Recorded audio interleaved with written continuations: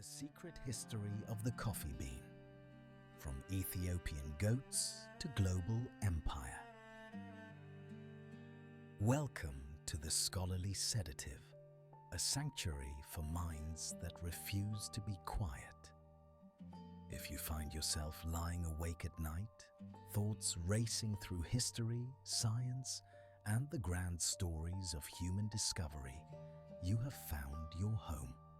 Here, we transform the most fascinating chapters of our shared past into carefully researched narratives designed to satisfy your intellectual curiosity while calming your restless mind. Tonight, we explore coffee. But this will not be a simple tale of beans and beverages. What follows is a comprehensive examination of how a plant from the Ethiopian highlands reshaped economies, toppled governments, enslaved populations, and became so integral to human society that imagining our world without it seems nearly impossible. Before we begin, if you appreciate content that respects your intelligence while helping you find rest, please subscribe to this channel. Your support allows us to continue creating these detailed historical explorations. And if you find value in what we do here, a like, comment, or share helps other curious minds discover this sanctuary. Now, settle in. Close your eyes if you wish. Consider this your nightly lecture hall, where the only requirement is curiosity, and the only expectation is that you might drift peacefully to sleep before we finish. Let us begin with dancing goats in the Ethiopian highlands. Chapter 1: Dancing Goats and Ancient Discoveries. What if I told you that the most consumed beverage on earth, after water, owes its existence to a handful of hyperactive goats?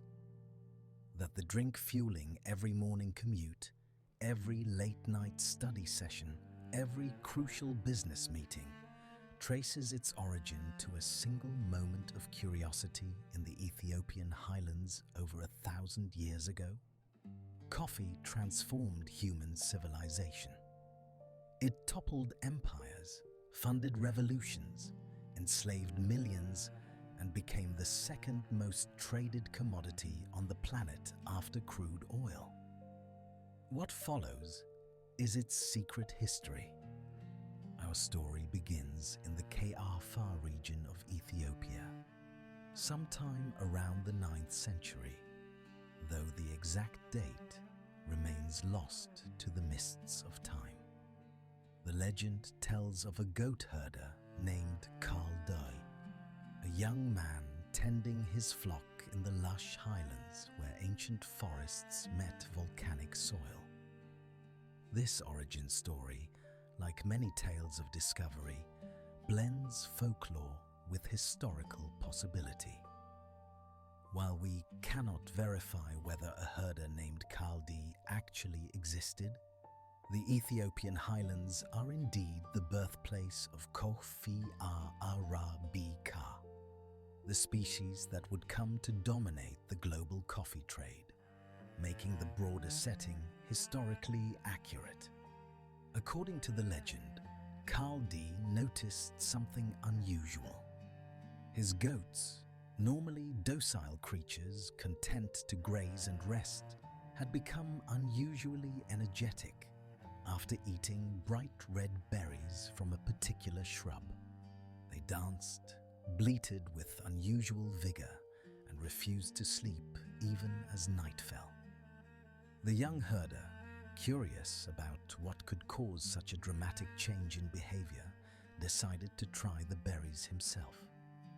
The effect, as the legend describes it, was immediate and profound. Kaldi felt a surge of energy, a clarity of mind he had never experienced before. His fatigue vanished. His his thoughts sharpened. He felt, in a word, awakened. Excited by his discovery, according to the story, Kaldi brought the berries to a local monastery where monks were constantly struggling to stay awake during long hours of evening prayer. The legend diverges here in various tellings. Some versions recount that the head monk, suspicious of anything producing such stimulating effects, threw the berries into the fire, declaring them the work of the devil.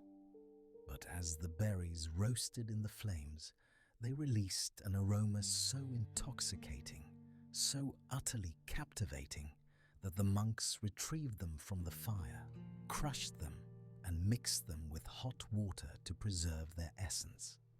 Other versions describe monks who immediately recognized the value of these berries, carefully cultivating them and developing methods to harness their properties.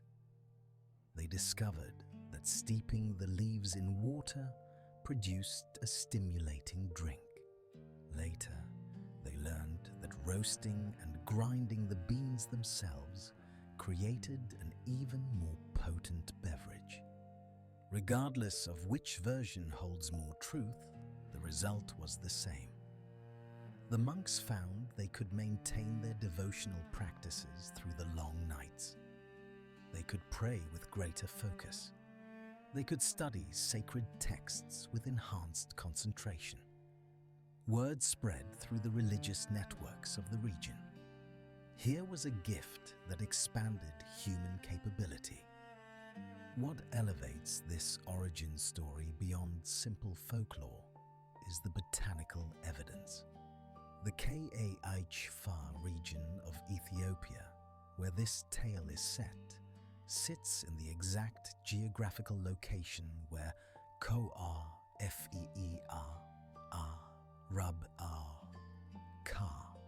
grows wild. Genetic studies have confirmed that all Arabica coffee in the world today descended from plants in this specific region. The cool, misty highlands, with their rich volcanic soil and consistent rainfall, created the perfect conditions for this particular species to evolve. The indigenous Mo people of this region had been using coffee in various forms long before any written records, and certainly before any legends were transcribed. They would mix the crushed cherries with animal fat to create energy-rich food balls for long journeys. They understood, through empirical observation rather than scientific analysis, that this plant possessed unique properties. The coffee cherry itself is a remarkable feat of botanical engineering. The bright red exterior, designed by evolution to attract birds and animals for seed dispersal, contains the coffee bean, which is actually the seed of the fruit. This seed contains caffeine, a natural pesticide the plant developed to protect itself from insects. The caffeine that makes coffee so stimulating to humans exists because the plant needed a chemical defense mechanism. We are, in essence, borrowing the plant's own pest control system for our own neurological benefit. In these early days, coffee was not a beverage in the way we understand it today. The Oromo people fermented the cherries to create a wine-like drink. They ate the raw berries. They chewed the leaves. They ground the beans with ghee and formed them into portable energy food. These were experiments, each discovery building on the last, as humans tried to unlock the potential of this remarkable plant. The religious communities of Ethiopia embraced coffee with particular enthusiasm. a culture where spiritual practice demanded long hours of focused attention, where prayer and meditation formed the backbone of daily life, coffee became a tool for transcendence. It allowed practitioners to push beyond the normal limits of human alertness.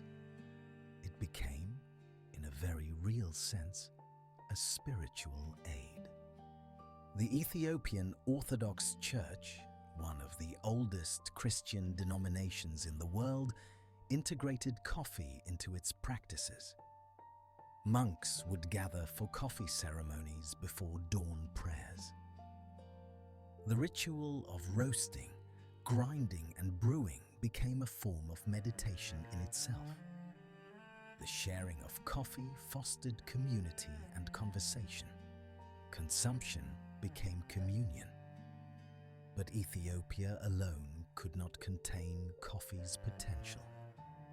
The plant's influence began to spread through trade routes that connected the Ethiopian highlands to the wider world. The most significant of these routes led to Yemen, across the Red Sea, where coffee would undergo its next transformation. Before we cross that threshold into Yemen and the Islamic world's embrace of coffee, consider what had already occurred in these Ethiopian highlands. Humans had discovered a plant that could alter consciousness without intoxication, that could enhance productivity without impairing judgment, that could foster social gathering without the dangers of alcohol, in a substance that was, by all botanical definitions, a drug. Humanity had found something that enhanced rather than diminished our capacities. This was the secret that would transform the world, not through force or conquest, though those would come later, but through the simple, profound appeal of a beverage that made people feel more capable, more alert, more themselves. The goats had danced, and in their dancing, they had pointed the way toward a revolution that would reshape human society. The Ethiopian origins of coffee remind us that the greatest transformations often begin with the smallest observations. A herder watching his goats, a monk seeking focus for prayer, a community learning to work with the gifts of their landscape. From these humble beginnings, an empire would grow. Chapter 2: Yemen's Sufi monks and the birth of coffee commerce. The journey from Ethiopian discovery to global commodity required a crucial intermediate step, a cultural and commercial bridge that would transform coffee from local stimulant to international phenomenon. That bridge was Yemen, and specifically the Sufi mystics, who would turn coffee cultivation into an art form and coffee consumption into a ritual practice that spread throughout the Islamic world. The exact date of coffee's arrival in Yemen remains uncertain, though historians traditionally place it in the 15th century. Evidence suggests trade networks connecting Ethiopia and Yemen across the Red Sea had existed for millennia, making earlier transmission plausible.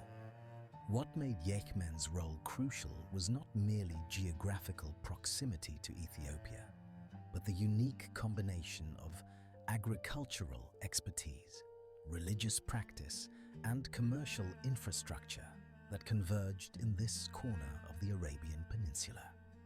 The Sufis, practitioners of Islamic mysticism, focused on achieving direct experience of the divine, recognized in coffee a tool that aligned perfectly with their spiritual practices. Their devotional rituals, known as zhkur, involved long nights of prayer, chanting, and meditation. Maintaining focus and alertness through these extended sessions proved challenging. Coffee provided exactly what they needed. Traditional accounts they credit a Sufi named Shaikh ash-Shadhili with introducing coffee to Yemen, though the historical record remains incomplete. What we can establish with certainty is that Sofe monasteries throughout Yemen began cultivating coffee plants and developing sophisticated methods for processing and brewing the beans. They discovered that roasting the beans before grinding produced a more stable and potent beverage. They experimented with brewing temperatures and times. They established protocols for preparation that bordered on ceremonial. The Yemeni landscape, though dramatically different from the lush Ethiopian highlands, possessed its own advantages for coffee cultivation. The mountainous terrain of regions like Bahni Mata and Hara created microclimates with cool nights and warm days. Ancient terracing systems, built centuries earlier for other crops, adapted perfectly to coffee cultivation. The volcanic soil, rich in minerals, imparted distinctive flavor characteristics to Yemeni coffee that connoisseurs still prize today. But Yemen's contribution went beyond successful cultivation. The Yemenis developed the first commercial coffee trade. The port city of Mocha on the Red Sea coast became the global center for coffee export. Merchants from throughout the Islamic world and beyond would come to Mocha to purchase beans. The term Mocha itself, still used today to describe certain coffee drinks, derives directly from this port city that controlled the coffee trade for centuries. The Yemenis understood what they possessed. Coffee was valuable, and they took extraordinary measures to maintain their monopoly. They would only sell roasted or partially roasted beans, ensuring that no viable seeds could leave the country to be planted elsewhere. Guards patrolled the ports. Penalties for smuggling coffee plants out of Yemen were severe. For more than 2 centuries, Yemen controlled virtually the entire global supply of coffee. Within the Islamic world, coffee spread rapidly through religious and intellectual networks. Coffee houses, called kahvehane,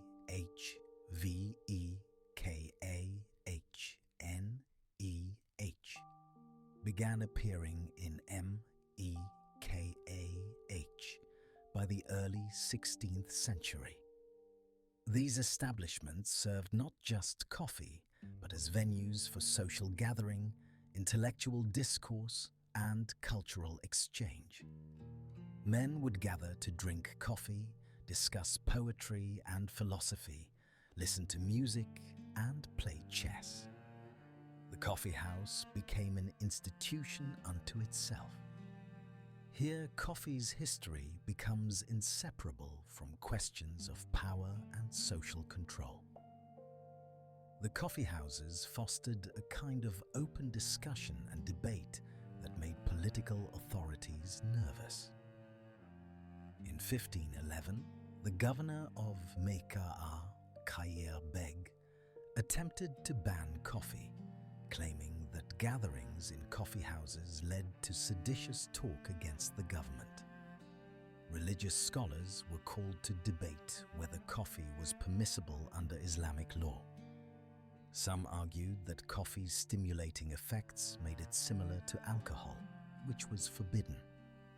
Others countered that coffee enhanced rather than impaired judgment and therefore should be encouraged.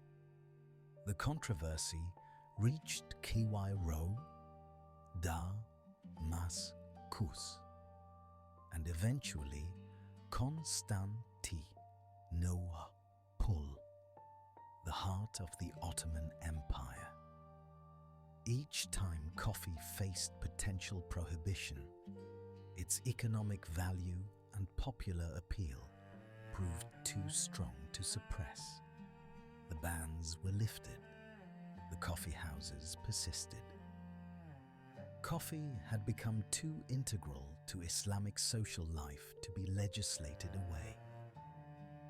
The agricultural side of coffee production in Yemen developed its own sophistication.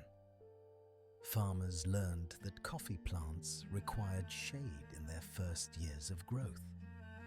They intercropped coffee with other plants, creating diverse agroforestry systems. They discovered that coffee cherries do not ripen simultaneously, necessitating multiple harvesting passes. They developed processing methods, both wet and dry, that influenced the final flavor of the beans.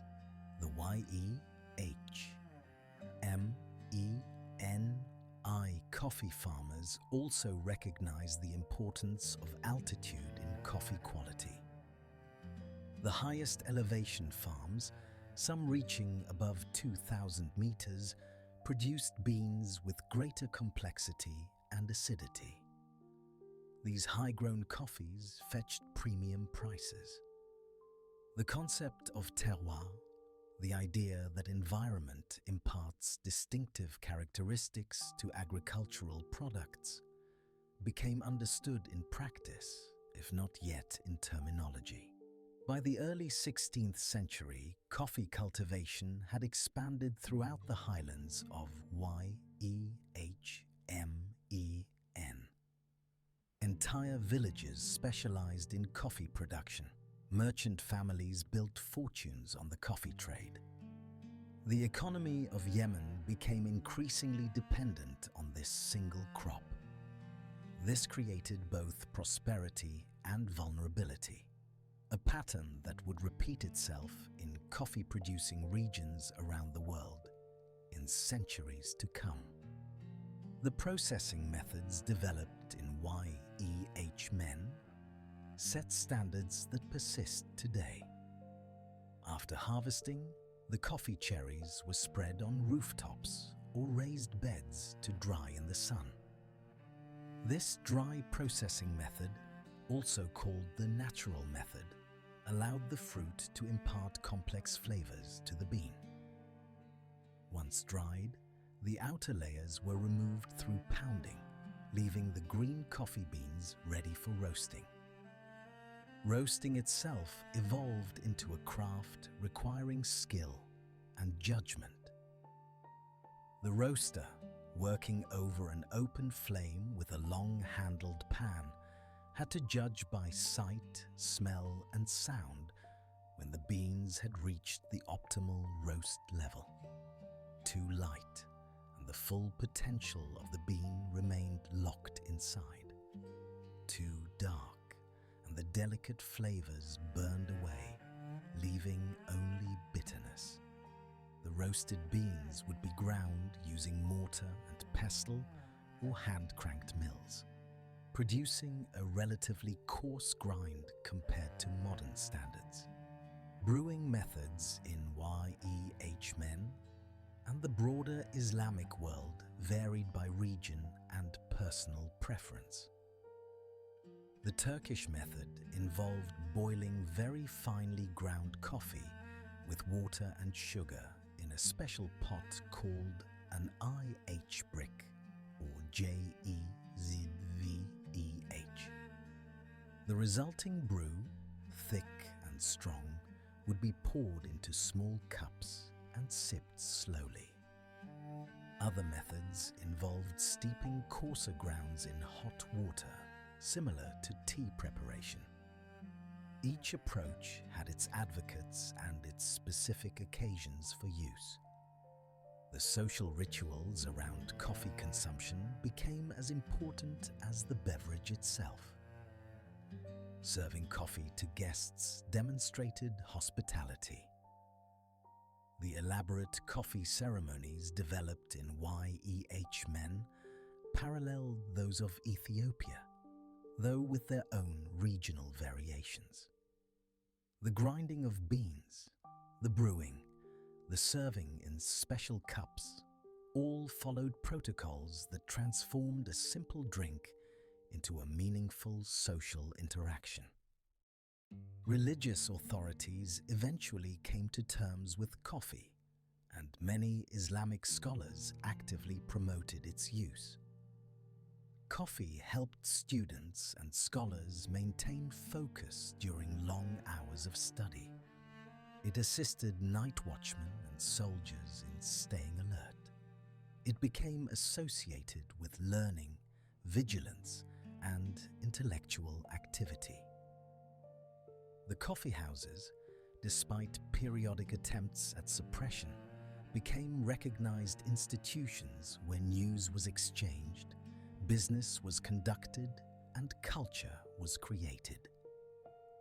The genetic lineage of coffee in this period remains fascinating from a botanical perspective. All Arabica coffee cultivated in Yemen descended from the Ethiopian parent plants. But the YEHMENEE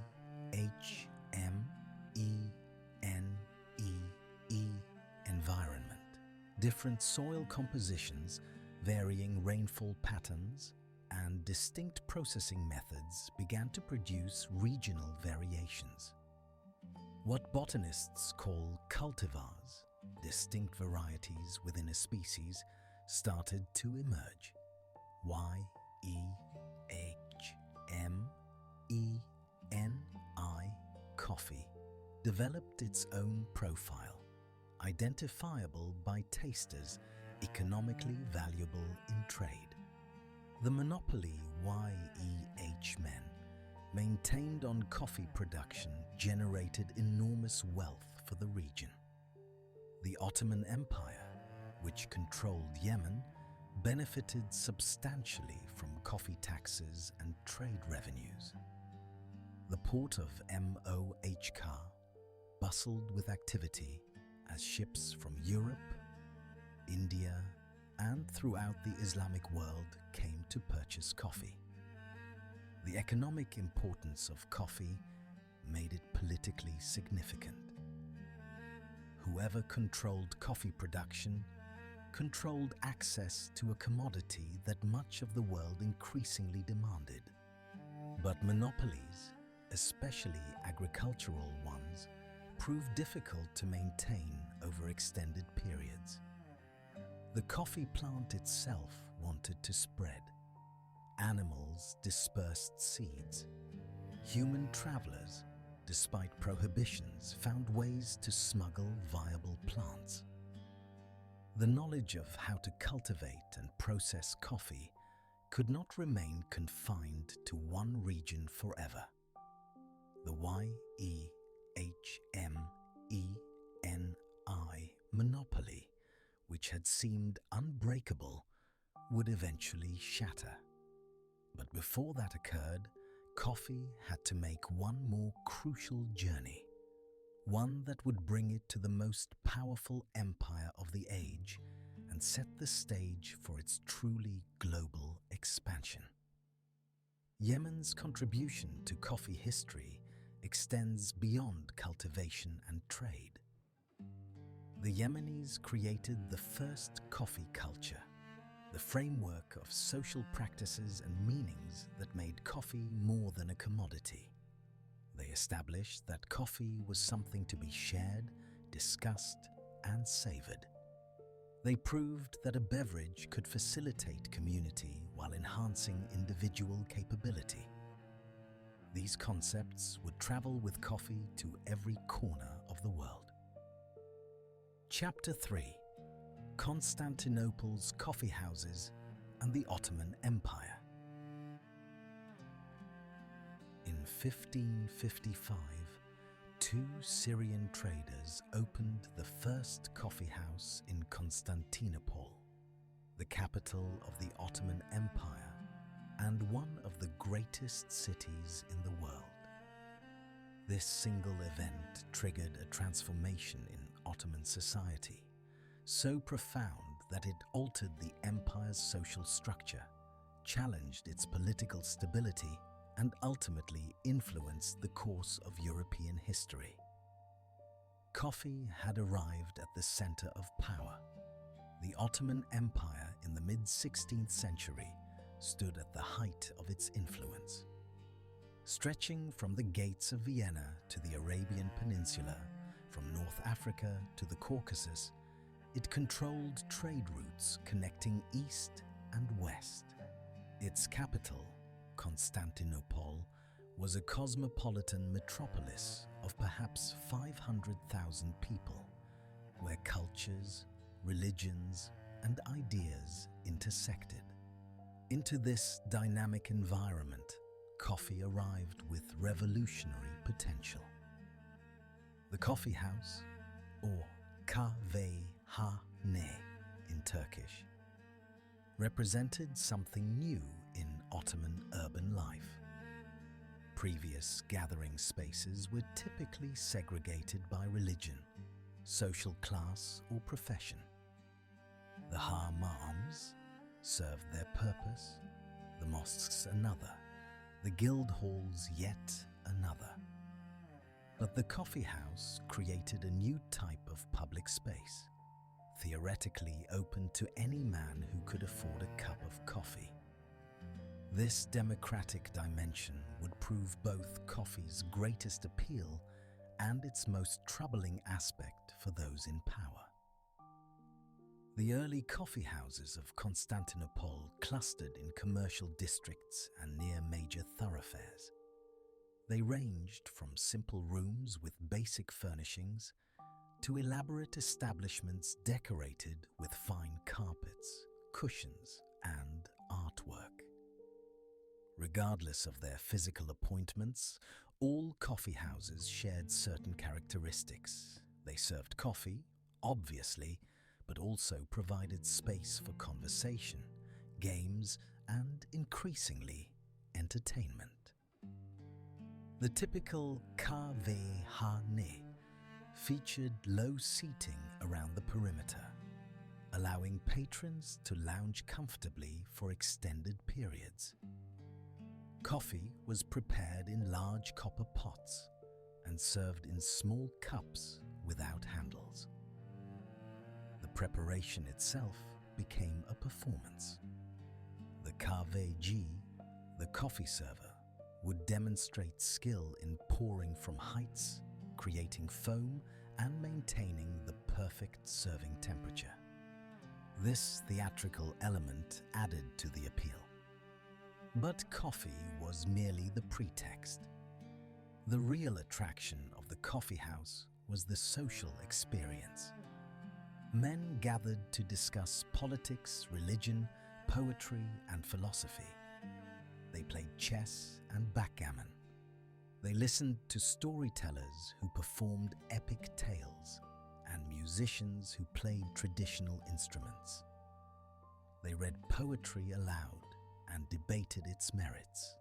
The coffee house became, in effect, an informal public university, a place where ideas circulated freely among people of varying social backgrounds.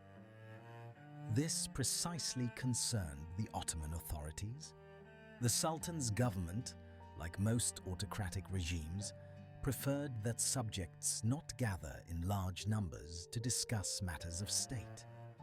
The coffee houses with their open discourse and diverse clientele, represented a potential threat to social order.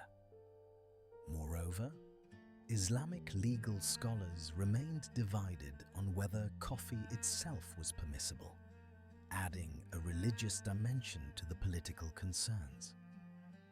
In 1570, Sultan Selim II sought a ruling from the Shaikh al-Islam, the empire's highest religious authority, on the legal status of coffee and coffee houses. The resulting fatwa attempted a middle path. Coffee itself was declared permissible, being neither intoxicating nor forbidden by any explicit Quranic injunction. However, the fatwa warned against certain behaviors in coffee houses, particularly activities that might lead to sins such as gambling or neglect of prayer times. This ruling satisfied no one completely. Coffee houses continued to flourish, and concerns about their social impact persisted. In 1580, the Grand Vizier, acting on the Sultan's behalf, ordered all coffee houses in Constantinople closed.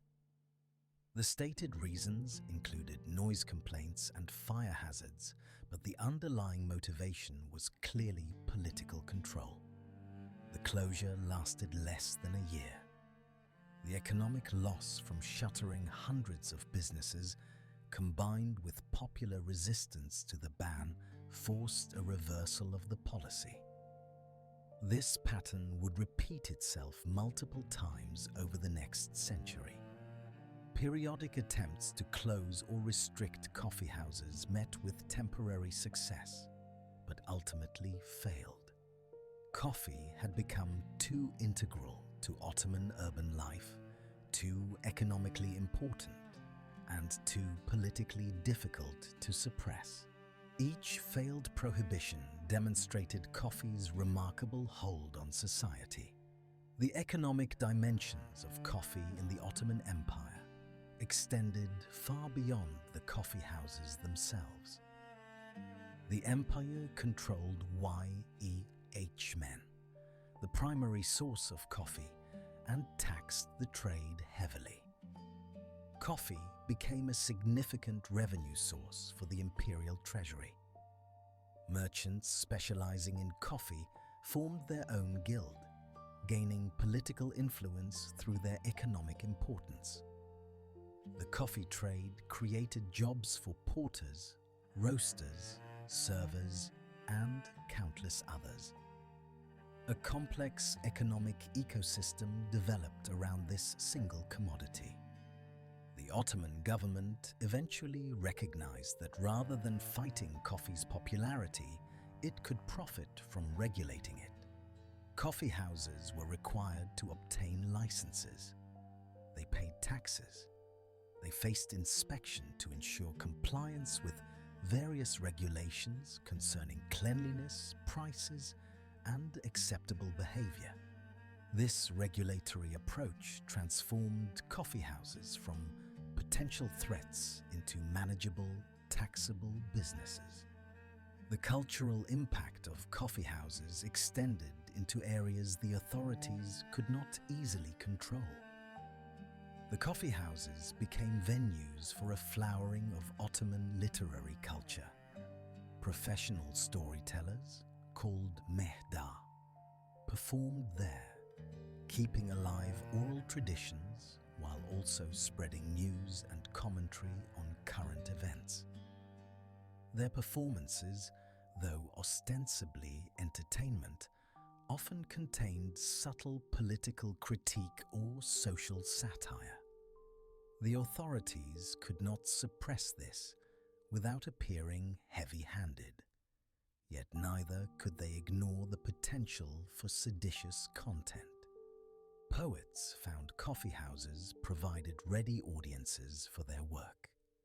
The Kaside, traditional Ottoman poetry, was read and discussed in coffee houses. New forms emerged, influenced by the informal, conversational atmosphere of these establishments. The coffeehouse became a literary institution, a place where writers could test new work before audiences that offered immediate feedback. Shadow puppet theatre, a popular Ottoman entertainment called Kara gu Aycez, found a natural home in coffeehouses. These performances, while traditional in form, allowed for commentary on contemporary issues. The puppet characters could essay things that would be dangerous for humans to express openly. The audiences, gathered over coffee, understood the subtexts and implications. This created a kind of parallel discourse, critical examination of society conducted through metaphor and allegory. The coffee houses also facilitated another form of communication that concerned the authorities deeply: news. In an age before newspapers, coffee houses served as centers for information exchange. Travelers would bring news from other cities and regions. Merchants shared intelligence about market conditions and political developments. This informal news network, impossible for the government to control, meant that information, including information the authorities might prefer to suppress, circulated rapidly through coffee houses. The architectural evolution of Ottoman coffee houses reflects their growing cultural importance. Early establishments were simple and temporary. Later, coffee houses became elaborate structures, some occupying entire buildings. The most famous coffee houses became landmarks. They developed reputations for the quality of their coffee, the intelligence of their clientele, or the entertainment they offered. A hierarchy emerged, with certain establishments catering to specific professions or social groups, while others maintained a more democratic character. The preparation of Turkish coffee developed into a refined technique during this period. The beans were roasted until very dark and ground to an extremely fine powder. The coffee was then mixed with cold water and sugar in a jizve, a special pot with a long handle and wide bottom. This mixture was heated slowly, allowing foam to form as it approached boiling.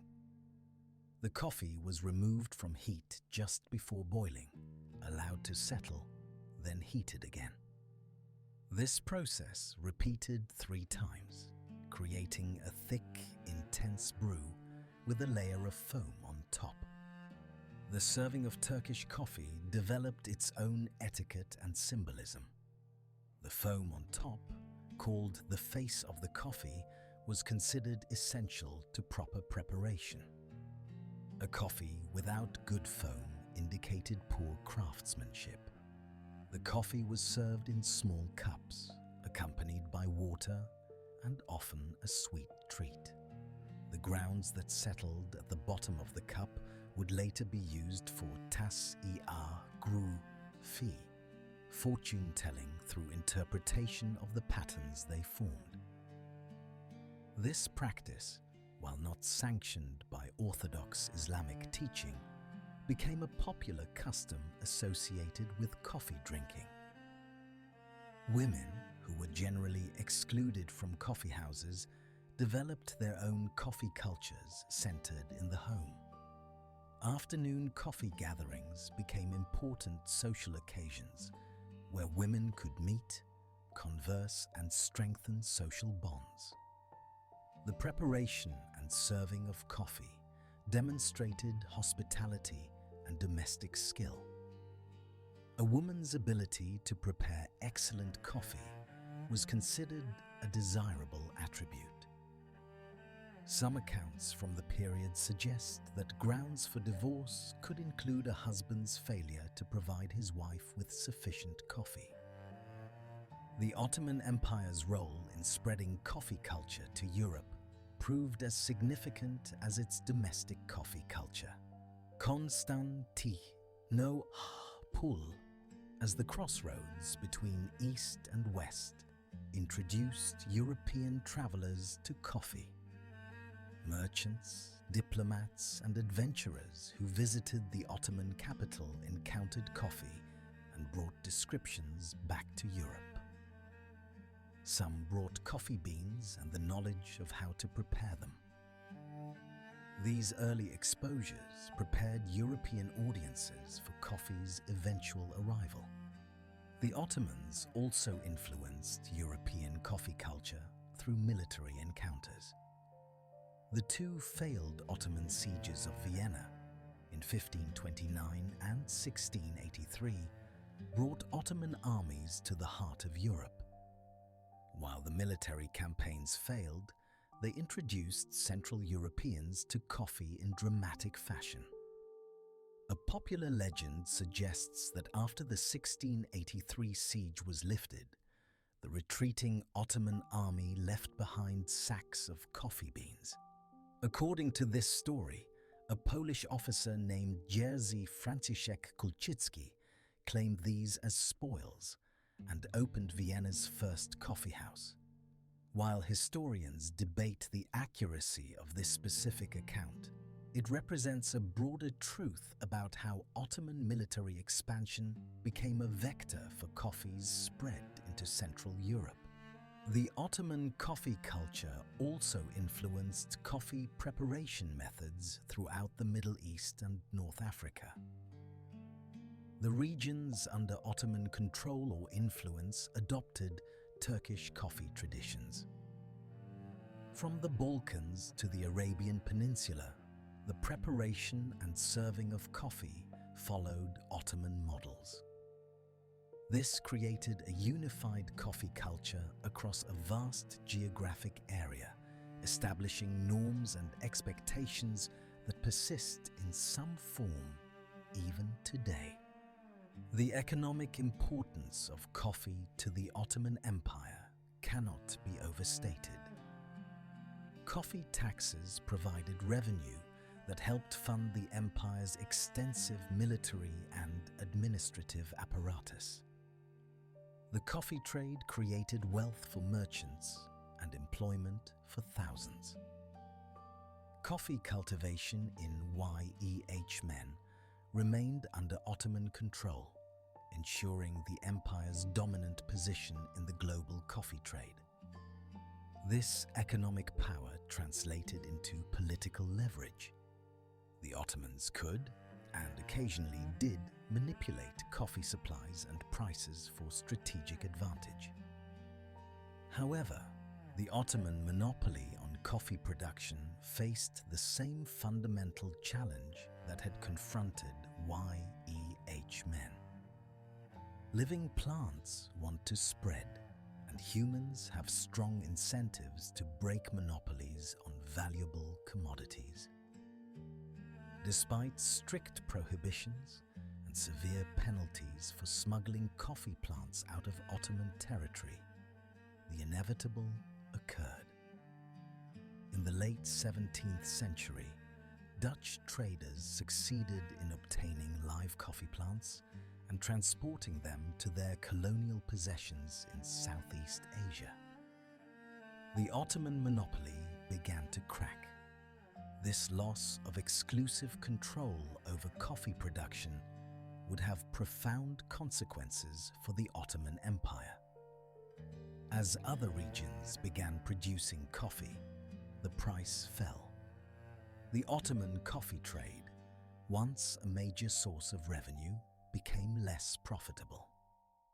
The economic foundation of Ottoman coffee culture weakened just as coffee consumption was expanding globally. The empire that had spread coffee throughout its domain and beyond found itself losing control of the very commodity it had promoted. But in the century between coffee's arrival in Constantinople and the breaking of the production monopoly, the Ottoman Empire had fundamentally transformed coffee from a regional specialty into an internationally recognized commodity, with established cultural practices surrounding its consumption.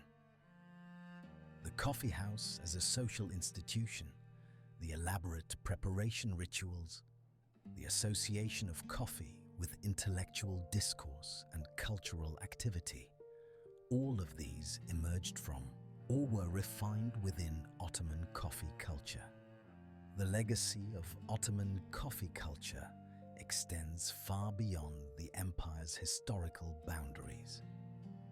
The Turkish coffee preparation method remains popular throughout the Middle East and parts of Europe.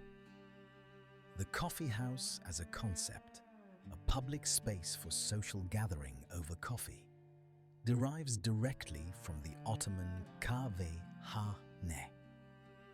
Even the word coffee in many European languages traces its etymology through Turkish kahve, from the Arabic kahwa.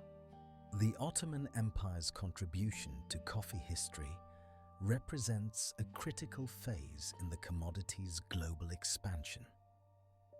Coffee moved from being a curiosity of monks and mystics to becoming a defining feature of urban life in one of the world's great empires.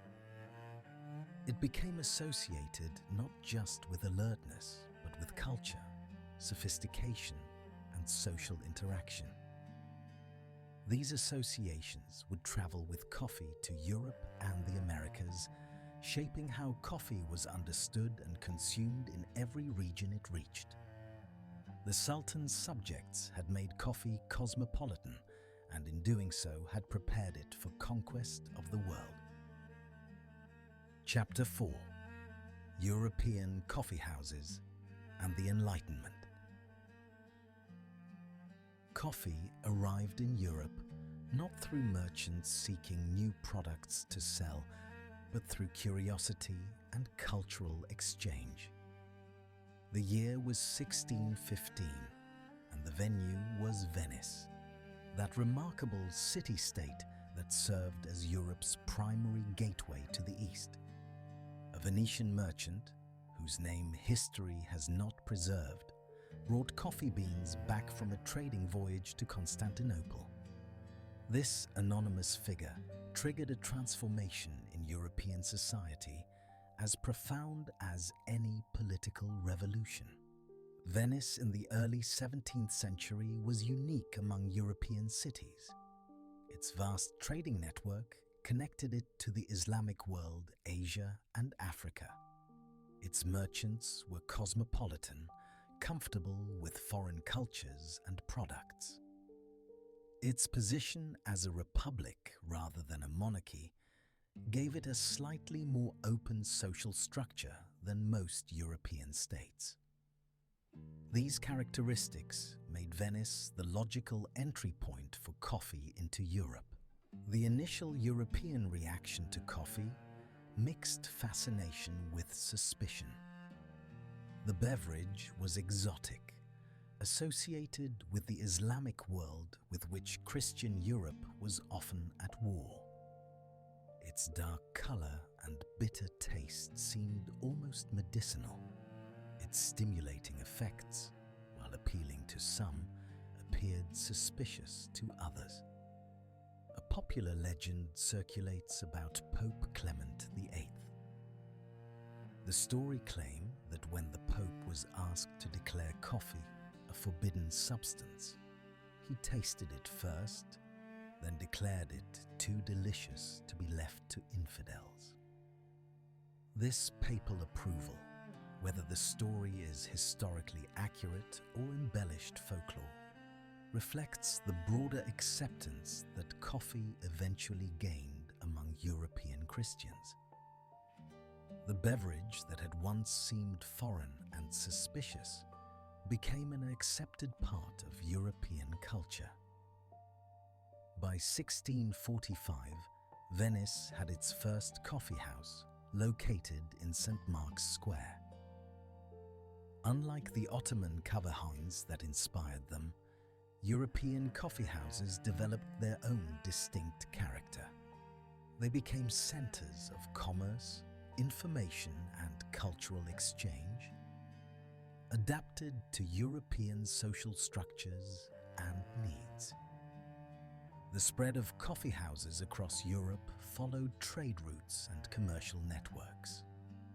From Venice, coffee moved to other Italian cities. By the 1650s, coffee houses appeared in London.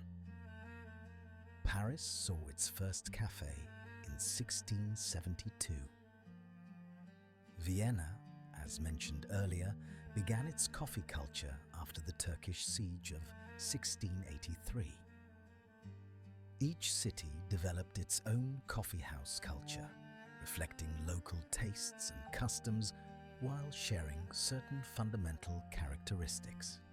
The London coffee houses of the 17th and 18th centuries became legendary institutions that shaped British commercial and intellectual life. Unlike taverns, which served alcohol and facilitated a different kind of social interaction, coffee houses promoted sobriety and clear thinking.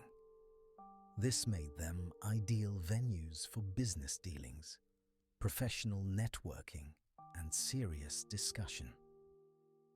The admission price to a London coffee house was typically a penny, earning them the nickname penny universities. This relatively modest cost meant that entry was not restricted to the wealthy, though the coffee houses certainly attracted successful merchants, professionals, and gentlemen. The democratic nature of coffee house discourse, at least in theory, represented something genuinely novel in a highly stratified society. Different London coffee houses developed distinct identities and clienteles. Lloyd's Coffee House, opened by Edward Lloyd around 1686, attracted merchants involved in shipping and maritime insurance. The concentration of maritime business at Lloyd's eventually led to its evolution into Lloyd's of London, the famous insurance market.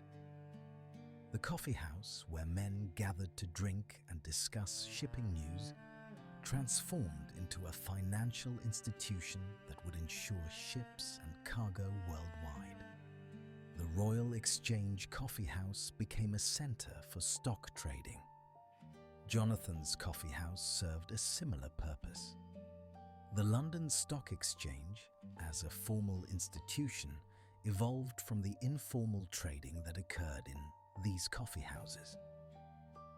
The modern financial infrastructure of capitalism developed in spaces where men gathered over coffee to exchange information and conduct transactions.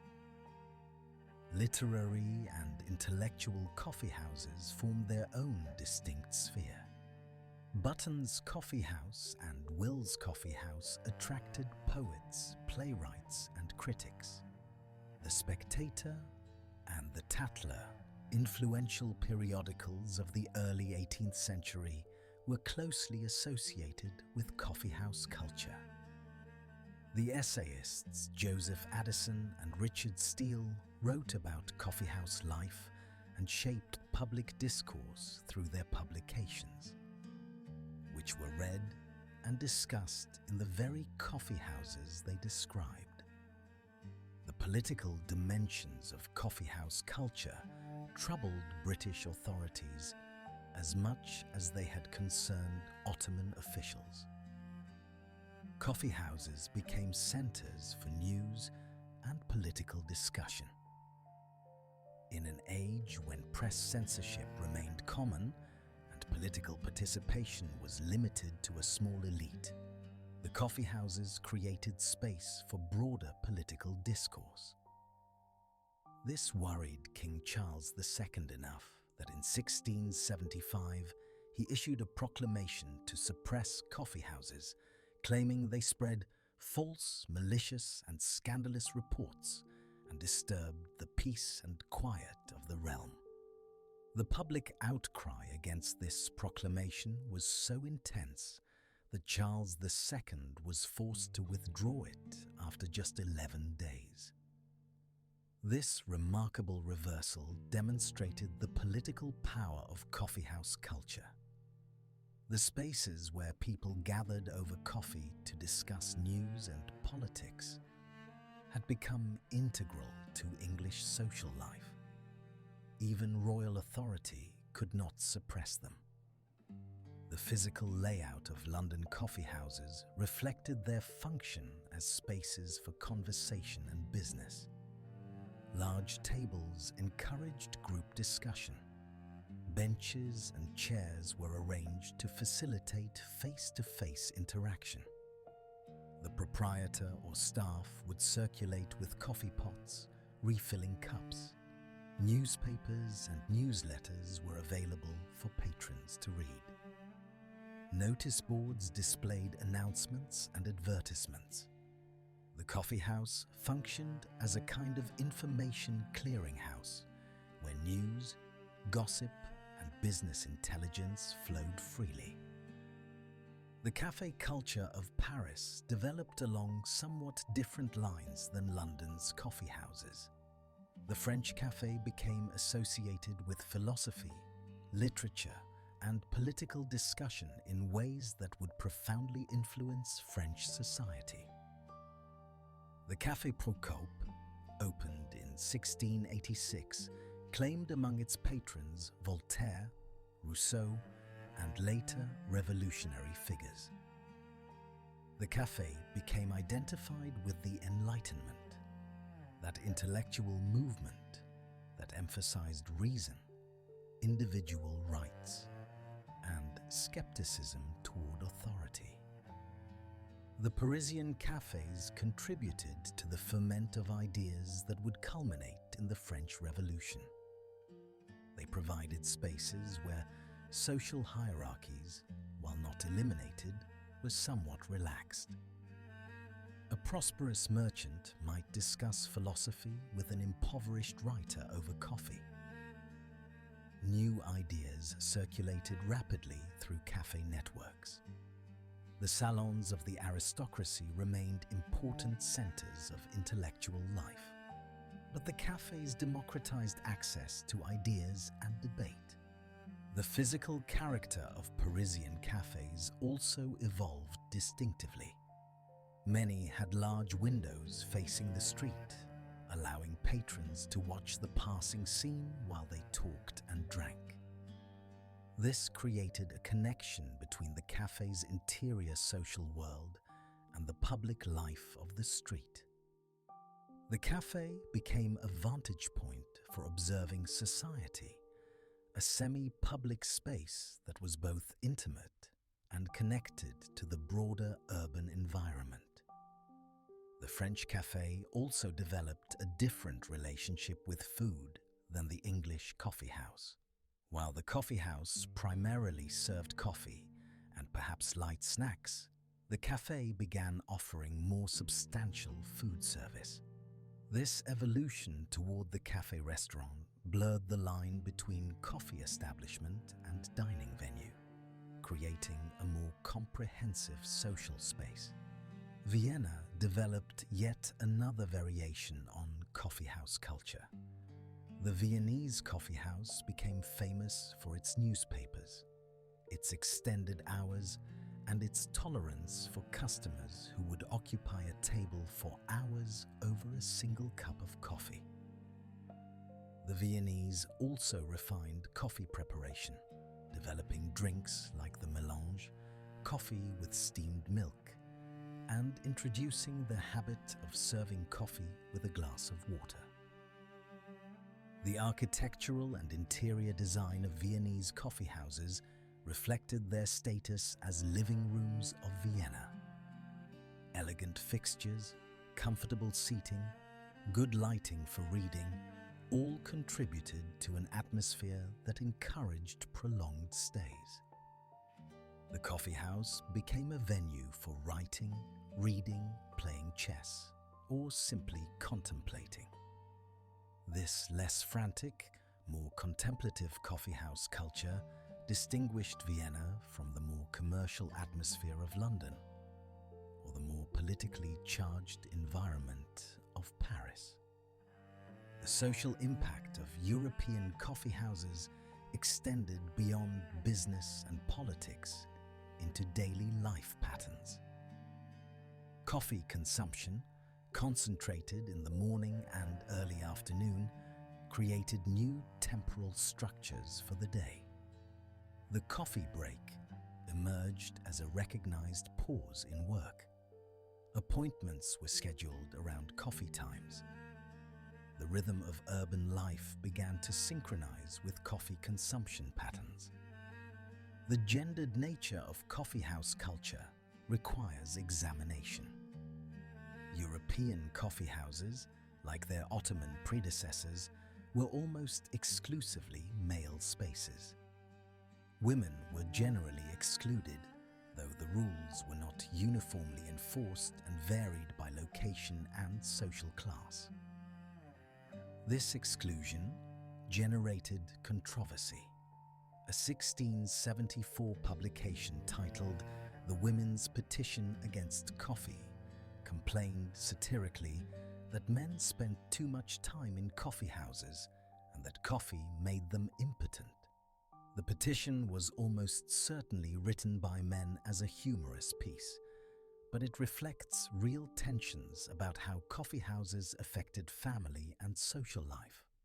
Women's exclusion from coffeehouses meant they developed alternative coffee cultures centered in the home and in private social gatherings.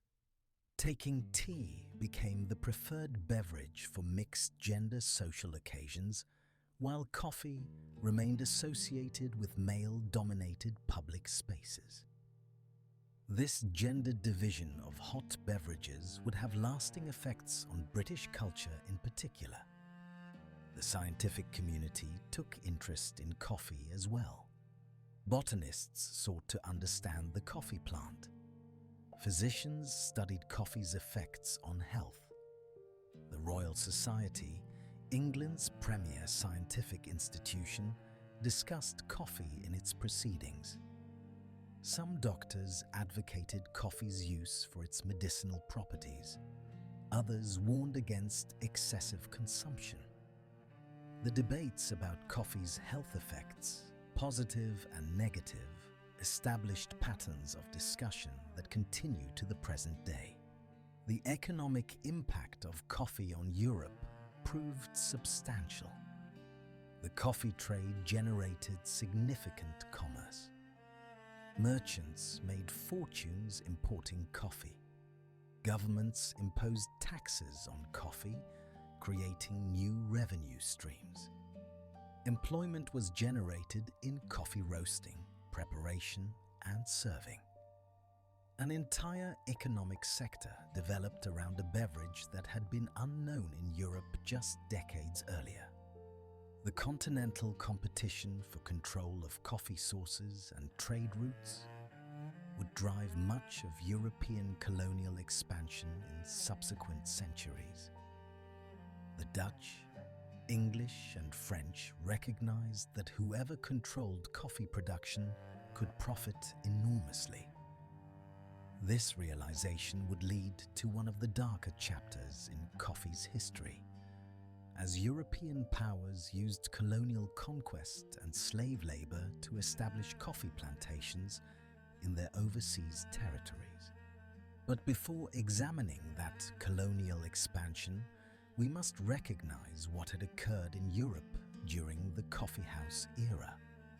A beverage from Africa and the Middle East had become integral to European urban life.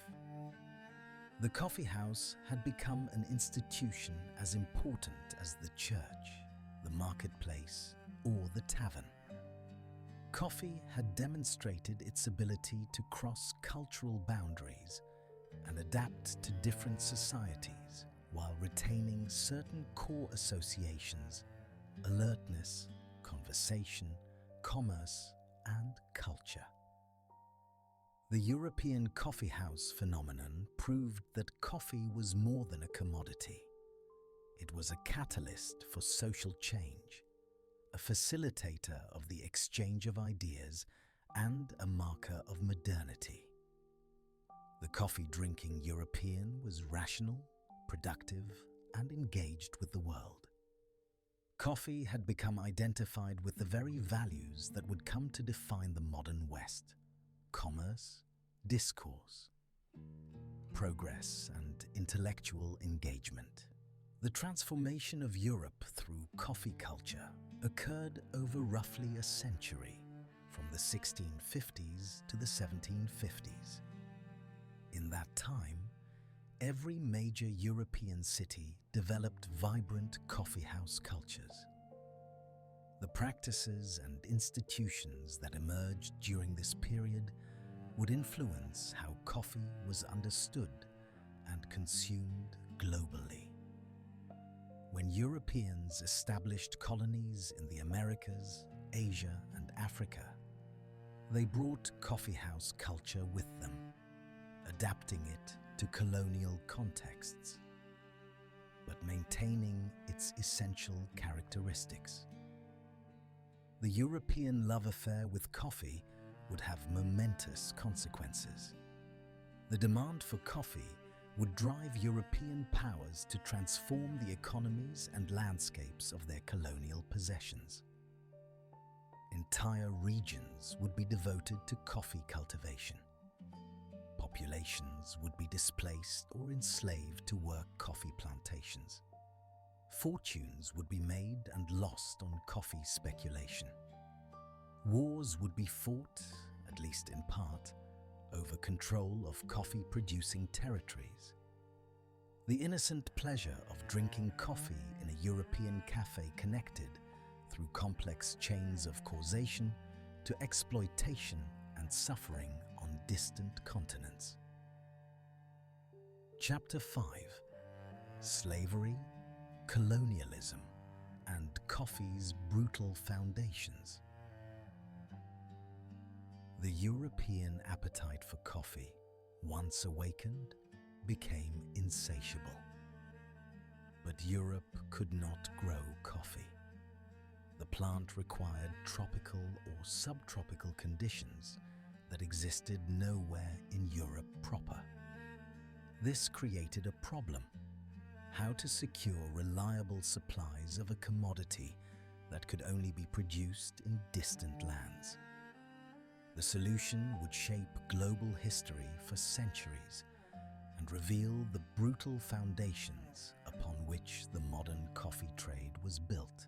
The Dutch East India Company, that remarkably powerful mercantile corporation, initiated the colonial coffee plantation system that would become the model for coffee production worldwide. In the late 17th century, Dutch traders succeeded in smuggling coffee plants out of Yemen. The first attempts to cultivate these plants in Dutch colonies failed, but persistence eventually produced success. By 1696, coffee plants were thriving in Dutch Java, part of modern-day Indonesia. The Dutch colonial coffee system operated on principles of forced cultivation and monopoly control. Indigenous Javanese farmers were compelled to devote portions of their land to coffee cultivation. The Dutch colonial administration, through the cultivation system implemented in the 19th century, required farmers to dedicate 1/5 of their land and labor to export crops, primarily coffee. The farmers received payment for their coffee, but at prices the colonial government set. This created a system of economic extraction that enriched the Netherlands while impoverishing the Indonesian peasantry. The scale of Dutch coffee production in Indonesia grew rapidly, By the mid-18th century, Dutch Java supplied much of Europe's coffee. The Dutch colonial administration established strict controls over every aspect of coffee production, processing, and export. Farmers who failed to meet production quotas faced punishment. The coffee had to be sold to the colonial government, which maintained a monopoly on export. This system generated immense profits for the Dutch East India Company and later for the Netherlands itself. But if the Dutch system in Indonesia represented exploitation through coerced labor, the French colonial coffee plantations in the Caribbean revealed an even darker dimension of coffee's history. The French colonies of Martinique, Guadeloupe, and especially Saint-Domingue, later Haiti, became major coffee producers in the 18th century through the extensive use of enslaved Africans. The story of how coffee reached the French Caribbean illustrates the lengths to which colonial powers would go to secure coffee plants. In 1714, the French managed to obtain a coffee plant from the Botanical Garden in Amsterdam. This single plant, carefully guarded, was propagated in Paris. In 1723, a French naval officer named Gabriel de Clieu transported a coffee plant to Martinique. The journey was difficult. Pirates attacked the ship. Water ran short. De Clieu allegedly shared his own water ration with the plant to keep it alive.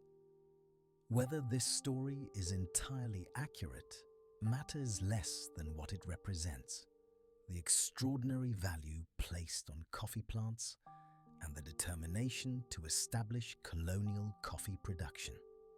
The plant survived and was propagated extensively in Martinique. From there, coffee cultivation spread to other French Caribbean colonies. By the mid-18th century, Saint-Domingue had become the world's largest coffee producer, accounting for roughly half of global production. This achievement came at a horrific human cost. The coffee plantations of Saint-Domingue operated through chattel slavery. Hundreds of thousands of Africans were forcibly transported across the Atlantic and enslaved on these plantations. The work was brutal. Clearing land for coffee cultivation in the tropical climate proved exhausting and dangerous. Planting, maintaining, and harvesting coffee required constant labor. Processing the coffee cherries demanded additional work. The enslaved people on coffee plantations faced violence, malnutrition, and premature death. The economic calculations behind Caribbean coffee slavery revealed the fundamentally extractive nature of the system. Plantation owners determined that it was more profitable to work enslaved people to death and purchase replacements than to maintain them in good health. The mortality rate among enslaved Africans on Saint-Domingue coffee plantations was staggering.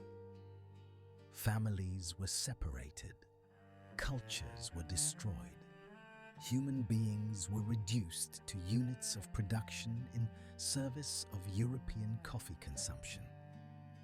The wealth generated by Caribbean coffee slavery flowed to France. Merchants in port cities like Bordeaux and Nantes built fortunes on the coffee trade. The French royal treasury benefited from taxes on coffee imports. French consumers enjoyed cheap, abundant coffee without confronting the human suffering that made it possible. The distance between consumption and production allowed Europeans to ignore or rationalize the violence inherent in their coffee supply chains. The Haitian Revolution, which began in 1791, was in part a revolt against the coffee plantation system. The enslaved people of Saint-Domingue, who produced the coffee that Europeans enjoyed, rose up against their oppressors. The revolution destroyed the plantation economy, devastated coffee production, and created the first independent Black Republic in the Americas. The global coffee market was thrown into chaos. Coffee prices soared. European powers scrambled to increase production in other colonies to compensate for the loss of Haitian coffee. Brazil emerged as the primary beneficiary of Haiti's destruction. Portuguese colonizers had introduced coffee to Brazil in the early 18th century, but production remained limited for decades. The collapse of Haitian coffee production created an opportunity for Brazilian expansion. Throughout the 19th century, Brazil transformed itself into the world's dominant coffee producer, a position it still holds today. Brazilian coffee production also relied on enslaved labor. From the 1820s through the 1880s, coffee plantations in southeastern Brazil, particularly in the states of Rio de Janeiro, São Paulo, and Minas Gerais, imported hundreds of thousands of enslaved Africans. Brazil, in fact, imported more enslaved Africans than any other nation in the Americas, and a significant portion of this forced migration served coffee production. The coffee fazendas, large plantations, operated as self-contained worlds where enslaved people lived, worked, and died in service to coffee cultivation. The plantation owners, fazendeiros, accumulated enormous wealth. Some became political power brokers in the Brazilian Empire and later the Republic. The economic importance of coffee to Brazil was so great that the nation's political stability depended on maintaining profitable coffee production. Brazil abolished slavery later than any other major nation in the Americas, in 1888. The continuation of slavery in Brazil was directly connected to coffee interests. Plantation owners resisted abolition, arguing that coffee production would collapse without enslaved labor. When abolition finally came, it was followed by a transition to other forms of exploitative labor, including contract workers from Europe and Japan, many of whom faced conditions that approximated slavery. The environmental costs of colonial coffee production deserve equal attention alongside the human costs. Coffee cultivation, particularly on the scale practiced in colonial plantations, devastated tropical ecosystems. Old-growth forests were cleared to make way for coffee plants. The biodiversity of these forests, among the richest on Earth, was destroyed. Soil erosion became a serious problem in areas where forest cover was removed for coffee cultivation. Streams and rivers were polluted by coffee processing, which generated significant organic waste. The ecological destruction extended beyond the immediate plantation areas. The colonial coffee economy required infrastructure: roads, ports, processing facilities. Building this infrastructure further disrupted natural systems. The concentration on coffee monoculture, growing a single crop over vast areas, made plantations vulnerable to pests and diseases, while also eliminating the agricultural diversity that had characterized pre-colonial land use patterns. The colonial coffee system also transformed the economic and social structures of producing regions in ways that created lasting underdevelopment. Regions devoted to coffee production for export markets failed to develop diverse economies. Food production for local consumption was neglected in favor of cash crop exports. This made coffee-producing regions dependent on imported food and vulnerable to fluctuations in coffee prices. When prices fell, as they often did, producing regions faced economic crisis while lacking the economic diversity to cushion the blow. The legacy of colonial coffee exploitation persists into the present. Many of the world's coffee-producing regions remain economically impoverished despite producing a valuable commodity. The wealth generated by coffee accrues primarily to companies and nations in consuming countries, rather than to farmers and workers in producing countries. This pattern, established during the colonial period, has proven remarkably durable. The power dynamics of the global coffee trade also reflect colonial patterns. Large corporations, primarily based in consuming countries, exercise enormous influence over coffee markets. They can demand specific qualities, quantities, and prices. Small farmers, operating with minimal capital and limited market access, have little negotiating power. They must accept whatever prices are offered or face economic ruin. This structural inequality echoes the forced cultivation systems of Dutch Java and the plantation slavery of the Caribbean and Brazil. The specialty coffee movement, which we will examine in later sections, represents in part an attempt to address these historical injustices through direct trade relationships and fair pricing. But the fundamental structures of the global coffee trade remain shaped by colonial patterns established centuries ago. The geography of production and consumption, the economic relationships between producing and consuming regions, and the concentration of value in processing and retailing rather than cultivation, all reflect the colonial origins of the modern coffee industry. Understanding coffee's colonial history is not merely an exercise in historical awareness. It is essential to comprehending why the global coffee trade operates as it does, and why coffee-producing regions face the challenges they do. Every cup of coffee consumed today connects to this history, whether consumers acknowledge it or not. The pleasure of coffee drinking, cultivated in European coffeehouses and American diners, was built on foundations of slavery, coerced labor, and environmental destruction. This does not mean that coffee itself is inherently evil or that consuming coffee perpetuates historical injustices.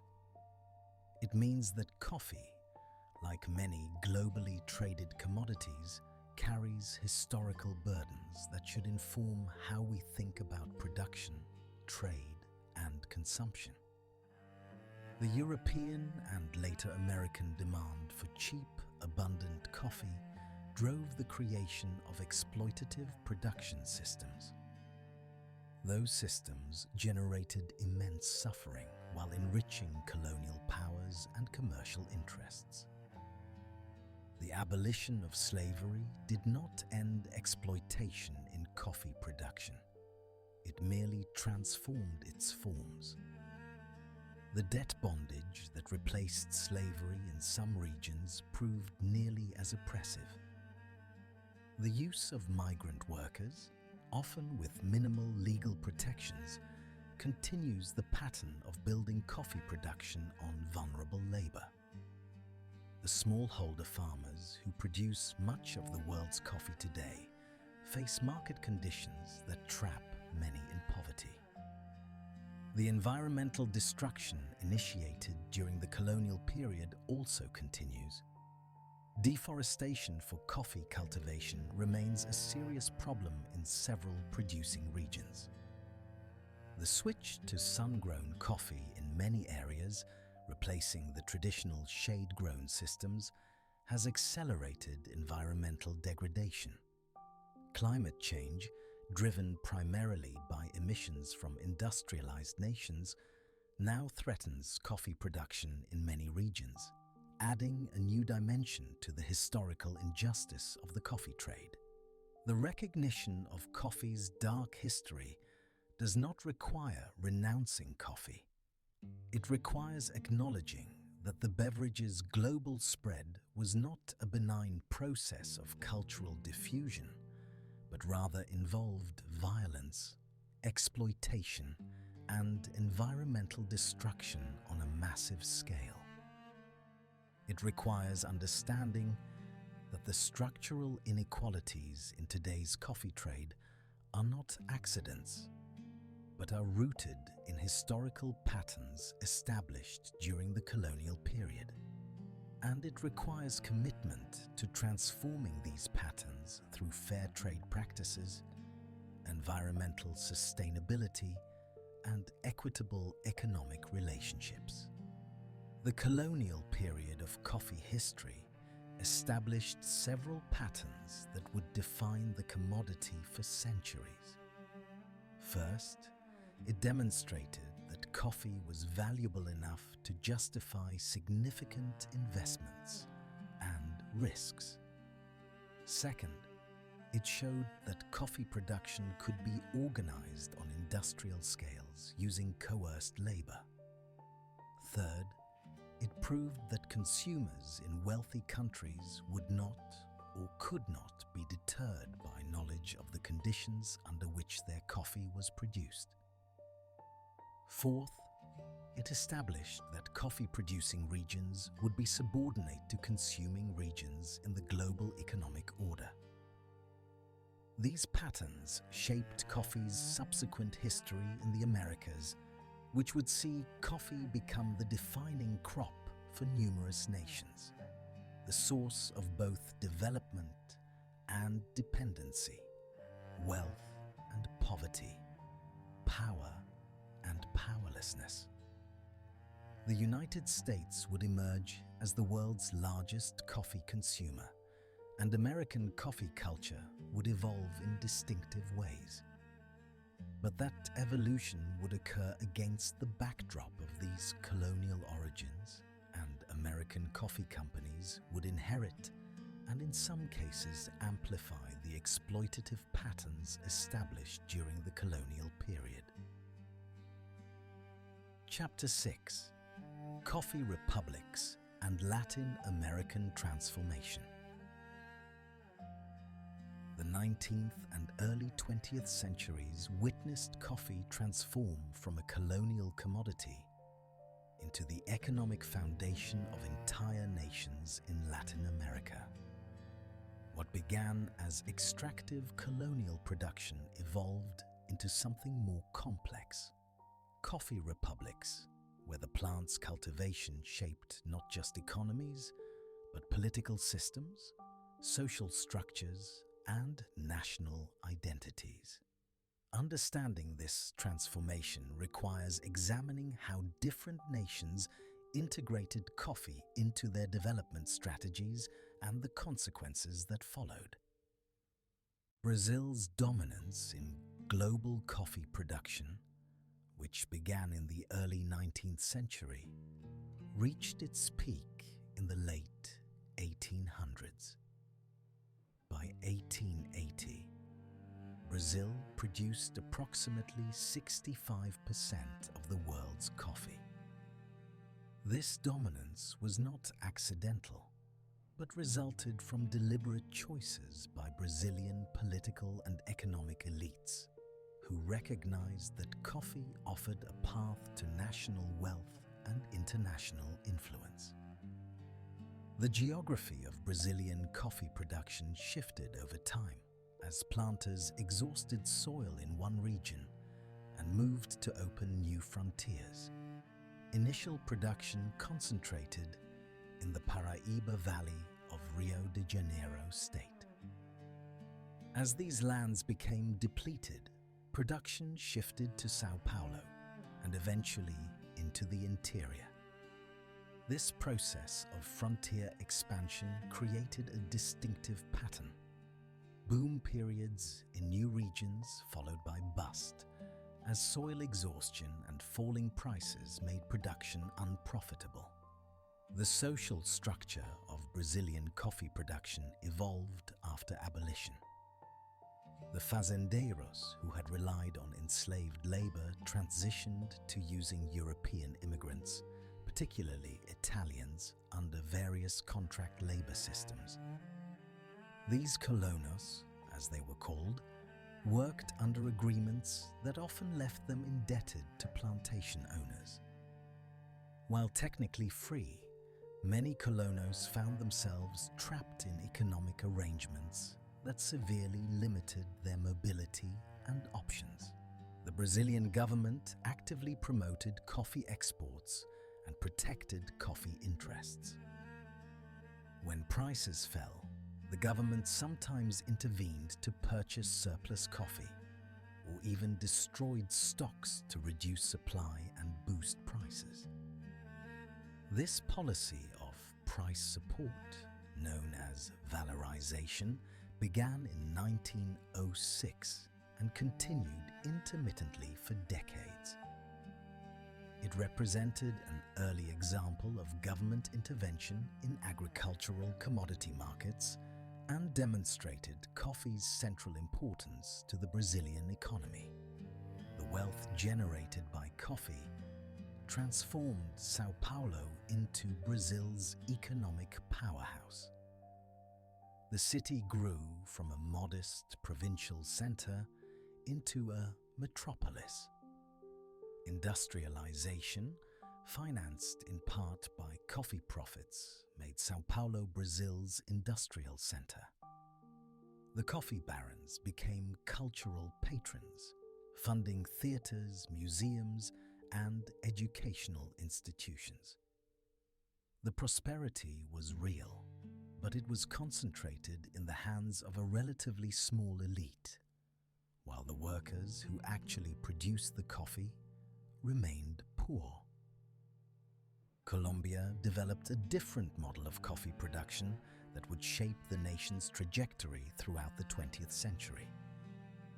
While Brazil concentrated production on large plantations, Colombia's coffee economy came to center on small and medium-sized farms. This pattern emerged in part from Colombia's mountainous geography, which limited the size of individual holdings, and in part from deliberate policy choices that promoted smallholder production. The Colombian government and coffee interests, organized through the National Federation of Coffee Growers, founded in 1927, created an institutional framework to support coffee production. This organization provided technical assistance to farmers, operated purchasing networks, and marketed Colombian coffee internationally. The famous Juan Valdez character, created in 1959, personified this vision of Colombian coffee as the product of dedicated small farmers producing high-quality beans. The Colombian model generated more equitable distribution of coffee income than the Brazilian plantation system, but it was not without problems. Many small farmers remained vulnerable to price fluctuations and had limited ability to invest in quality improvements or diversification. Political violence in Colombia, while rooted in complex historical factors beyond coffee, was exacerbated by struggles over land and wealth in coffee-growing regions. Central America saw several nations become almost entirely dependent on coffee exports during the late 19th and early 20th centuries. Costa Rica, Guatemala, El Salvador, and later Honduras and Nicaragua all became coffee republics where the crop dominated economic and political life. The pattern across Central America shared certain features: concentration of land ownership, political power in the hands of coffee elites, and export-oriented economies vulnerable to price fluctuations. Guatemala's coffee economy exemplified the most exploitative dimensions of Central American coffee production. Large landowners, often descendants of colonial elites, controlled vast coffee plantations worked by indigenous Maya people. These workers often labored under systems that bore striking resemblance to the colonial forced labor practices that European powers had imposed centuries earlier. The Guatemalan government passed laws requiring indigenous people to work certain numbers of days per year on plantations, creating a system of mandated labor that served coffee interests. The concentration of political power in the hands of coffee elites had profound consequences for Central American nations. Governments prioritized the interests of coffee producers over other sectors of the economy. Infrastructure development focused on getting coffee to export ports rather than serving domestic needs. Educational systems neglected rural areas where coffee workers lived. Healthcare and other social services remained rudimentary in coffee regions where workers were numerous but politically powerless. The price volatility inherent in commodity markets created cycles of boom and bust that destabilized Central American societies. When coffee prices were high, everyone prospered, at least relatively. The wealthy became wealthier, but even workers found more employment and somewhat better wages. When prices crashed, as they did repeatedly, the entire economy contracted. Workers faced unemployment and hunger. Small farmers lost their land to creditors. Even wealthy families could be ruined if they had borrowed heavily during boom times. This economic volatility contributed to political instability throughout Latin America. Governments rose and fell based on their ability to manage coffee economies.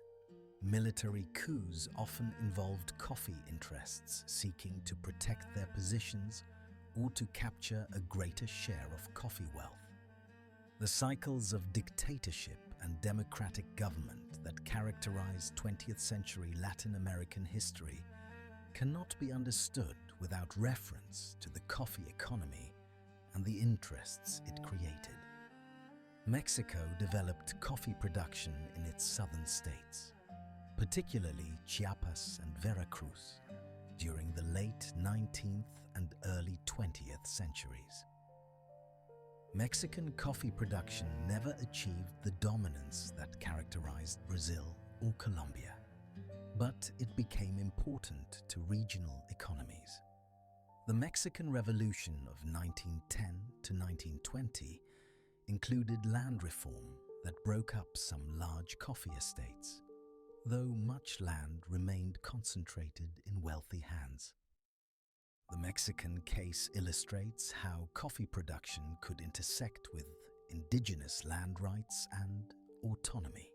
Many coffee-growing regions in southern Mexico were inhabited by indigenous communities with strong traditions of communal land tenure and local governance.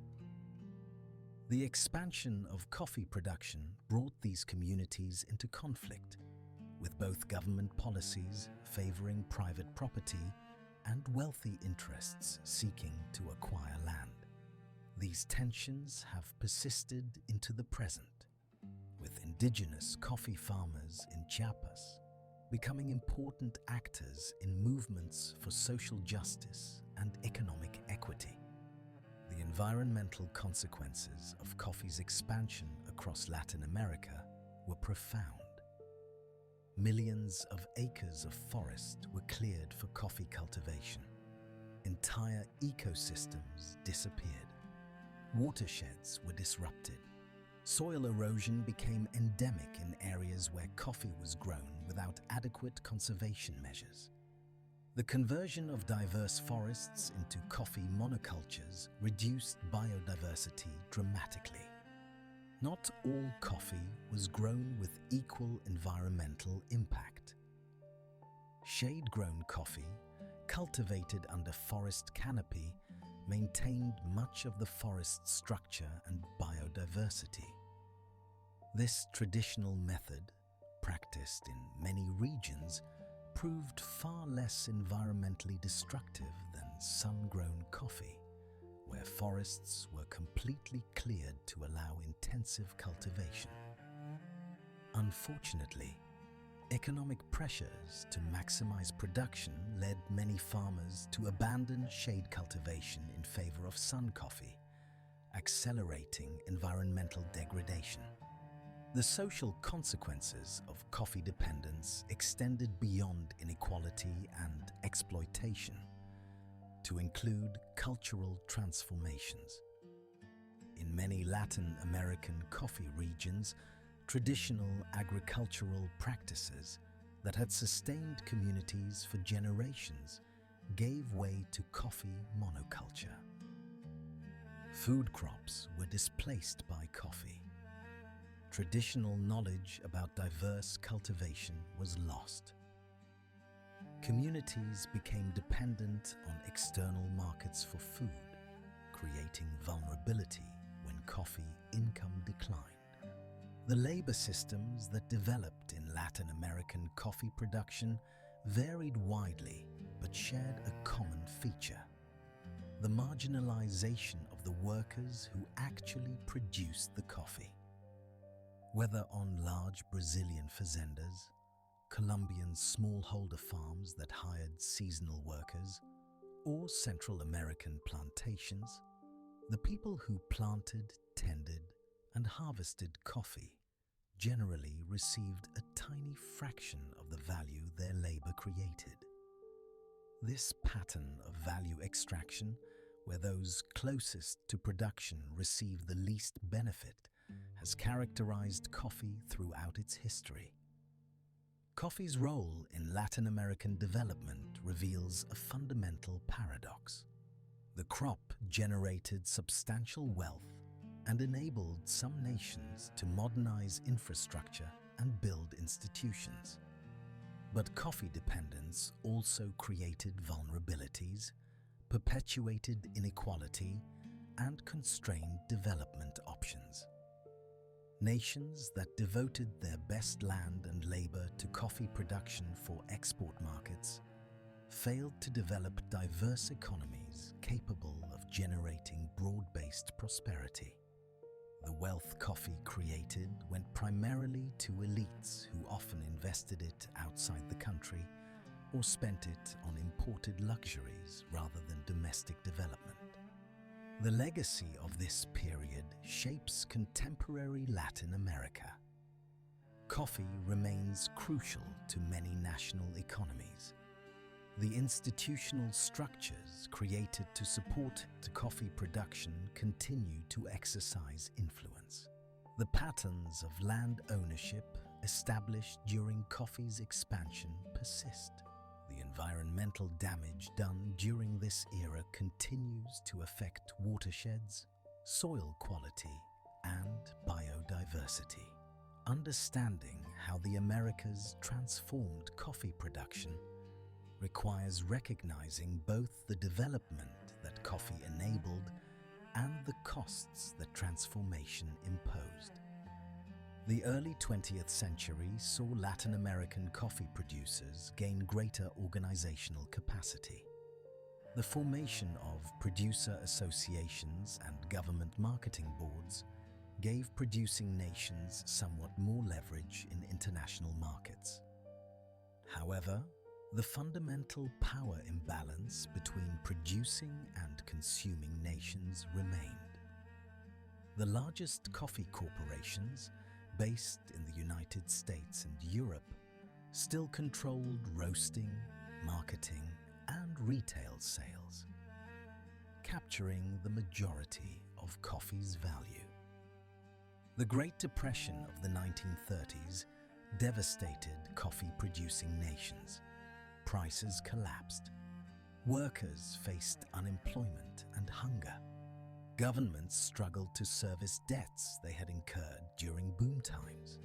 Some nations defaulted on international obligations.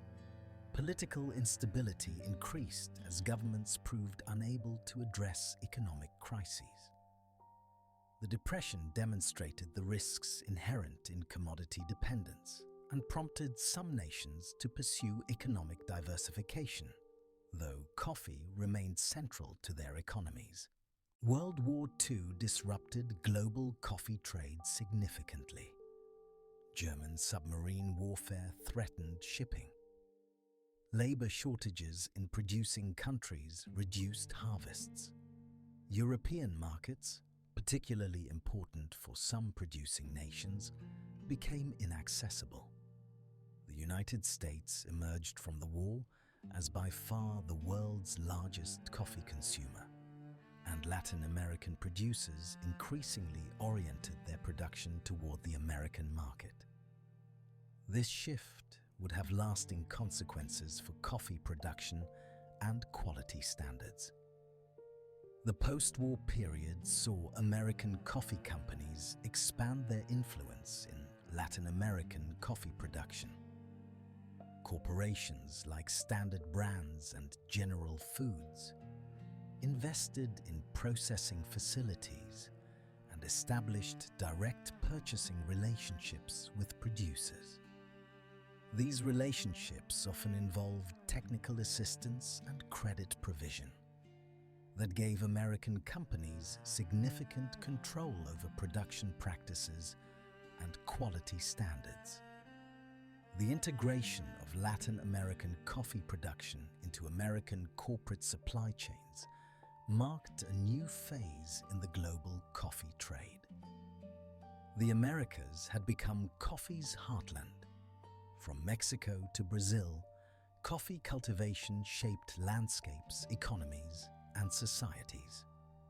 The plant that had originated in Ethiopia and been commercialized in Yemen found its greatest expression in the Western Hemisphere.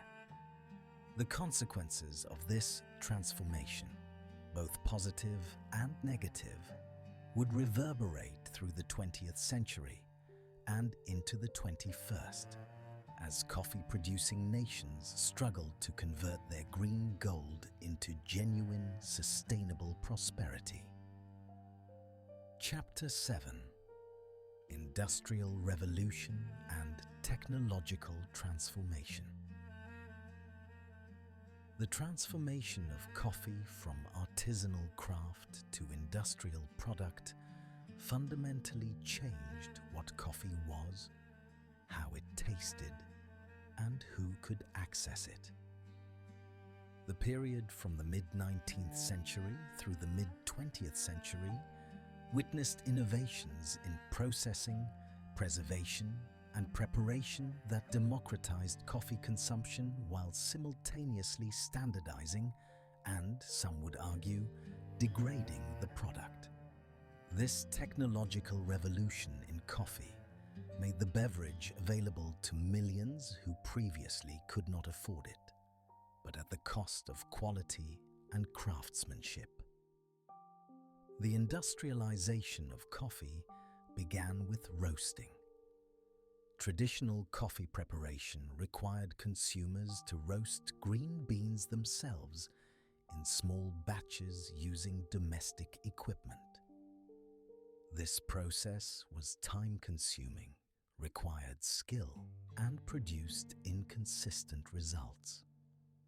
The development of commercial roasting operations changed this equation. Large roasters with controlled heat and mechanical agitation could produce consistent roasts at scale, transforming roasting from a household chore into an industrial process. The first commercial roasters appeared in the United States in the 1840s and 1850s. These operations remained relatively small, serving local markets.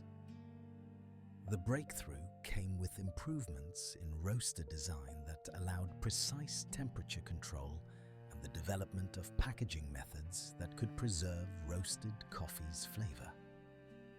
By the late 19th century, packaged roasted coffee had become widely available, freeing consumers from the need to roast their own beans. The vacuum seal, patented in 1900, represented a crucial innovation in coffee packaging. Roasted coffee degrades rapidly when exposed to oxygen. The vacuum-sealed can, which removed air from the package, dramatically extended shelf life. Hills Brothers Coffee Company pioneered this technology commercially, making it possible to ship roasted coffee long distances and store it for extended periods without significant quality loss. This innovation was essential to creating a national market for coffee in the United States. Instant coffee represents perhaps the most significant technological transformation in coffee history.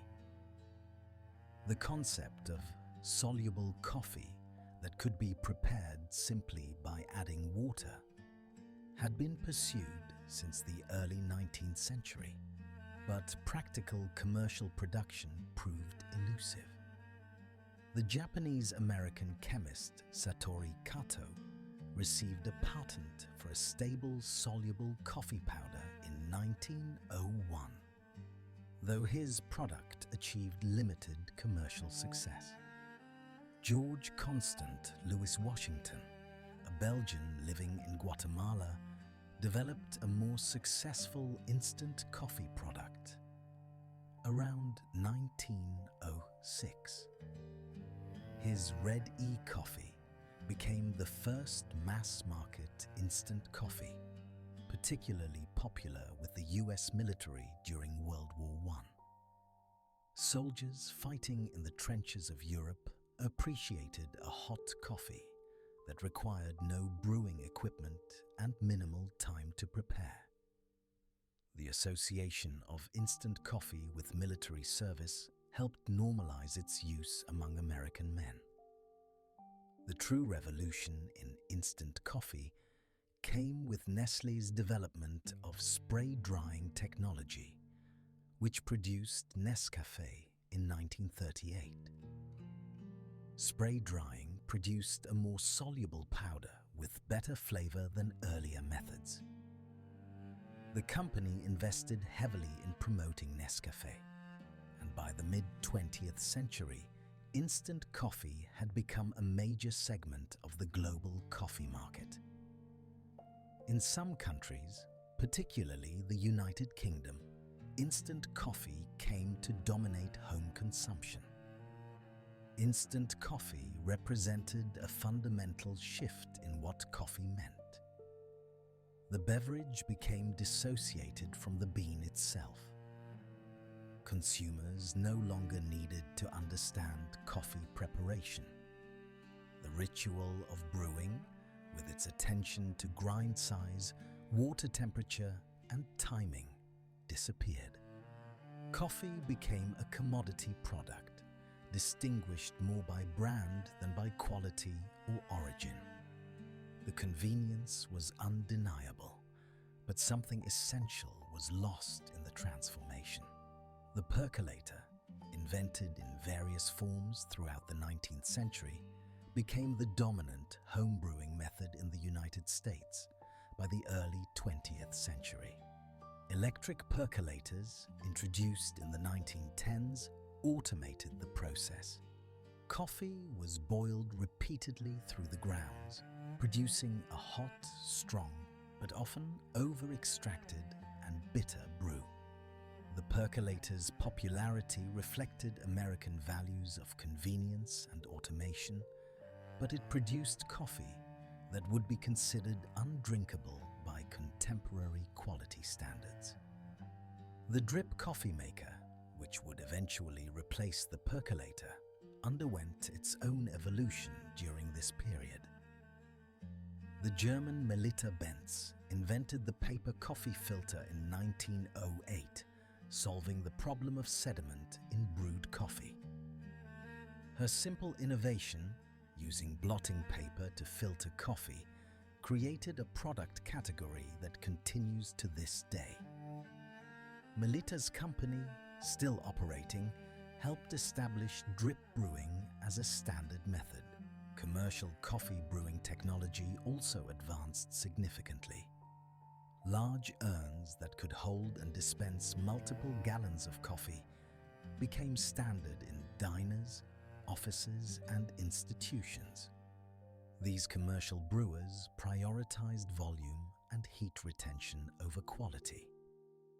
Coffee would sit in these urns for hours, continuing to extract and oxidize, becoming increasingly bitter and stale. This became the typical experience of coffee for many Americans, shaping expectations about what coffee should taste like. The espresso machine, invented in Italy, represented a completely different approach to coffee preparation. Angelo Moriondo developed an early espresso machine in 1884, but the design that would define espresso came from Luigi Bezzera in 1901. Bezzera's machine used steam pressure to force water through finely ground coffee, producing a concentrated shot of coffee in seconds. Desiderio Pavoni purchased Bezzera's patent and began commercial production, launching espresso as a distinct category of coffee. The espresso machine underwent continuous refinement through the early 20th century. The development of the pump-driven machine by Achille Gaggia in 1947 allowed for higher pressure, producing the characteristic crema, the golden foam that tops a properly pulled espresso. These machines required skill to operate and significant capital investment to purchase, making espresso a specialty product rather than a mass-market commodity. Italy developed a distinct coffee culture around espresso, with the espresso bar becoming a central social institution. Italians consumed espresso quickly, standing at the bar, rather than lingering over large cups of drip coffee, as Americans did. This cultural difference reflected different values and social patterns. Italian espresso culture emphasized quality, ritual, and social interaction, while American coffee culture prioritized convenience, volume, and functionality. The freeze-drying process, developed during World War II for preserving blood plasma, found application in instant coffee production in the 1960s. Freeze-dried instant coffee retained more flavor than spray-dried products, representing an improvement in quality while maintaining convenience.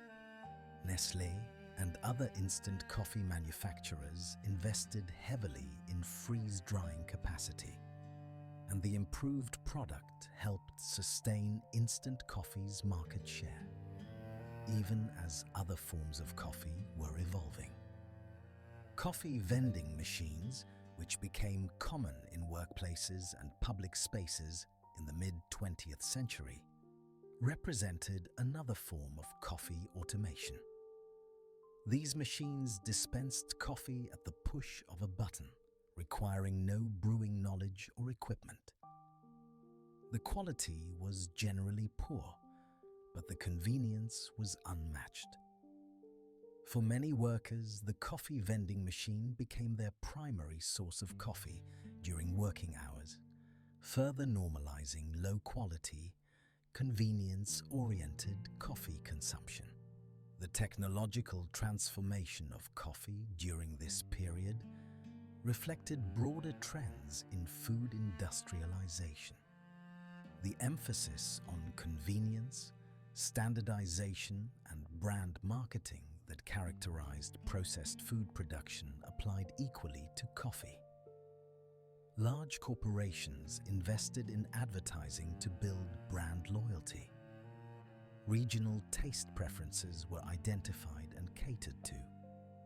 Coffee became a mass-market consumer product subject to the same marketing and distribution strategies as any other packaged good. The quality degradation that accompanied industrialization was not accidental, but resulted from economic logic. Producing cheap coffee required using low-quality beans, roasting them dark to mask defects, and packaging them for extended shelf life rather than optimal flavor. Consumers, lacking points of comparison and influenced by advertising, accepted this degraded product as normal. Generations of Americans grew up drinking coffee that was, by objective quality standards, quite poor. The technology of coffee processing in producing countries also underwent industrialization during this period. Wet mills that removed coffee cherry fruit from beans became mechanized. Drying systems evolved from simple sun-drying to complex mechanical dryers. Sorting machines that could grade beans by size and remove defects became standard equipment at processing facilities.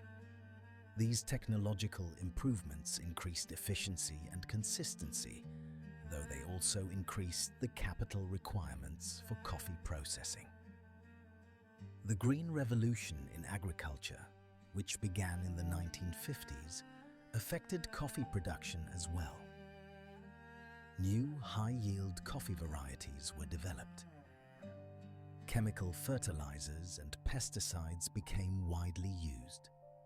These innovations increased production per acre, but often at environmental cost, and sometimes at the expense of quality. The emphasis on quantity over quality that characterized industrial agriculture generally applied to coffee as well. Transportation improvements were crucial to coffee's global trade. The development of containerized shipping in the 1960s reduced transportation costs and improved efficiency. Refrigerated containers could maintain optimal conditions for coffee during long ocean voyages. Air freight, though expensive, allowed for rapid transport of high-value specialty coffees. These logistical innovations made it possible for coffee to move from farm to consumer with unprecedented speed and efficiency. Communication technologies also transformed coffee trade.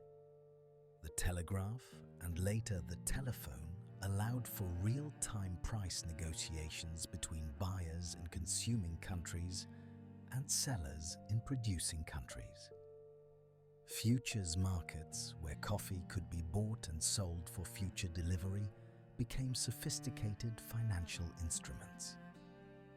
These developments made coffee trading more efficient, but also more speculative, with financial actors sometimes having more influence on prices than supply and demand fundamentals.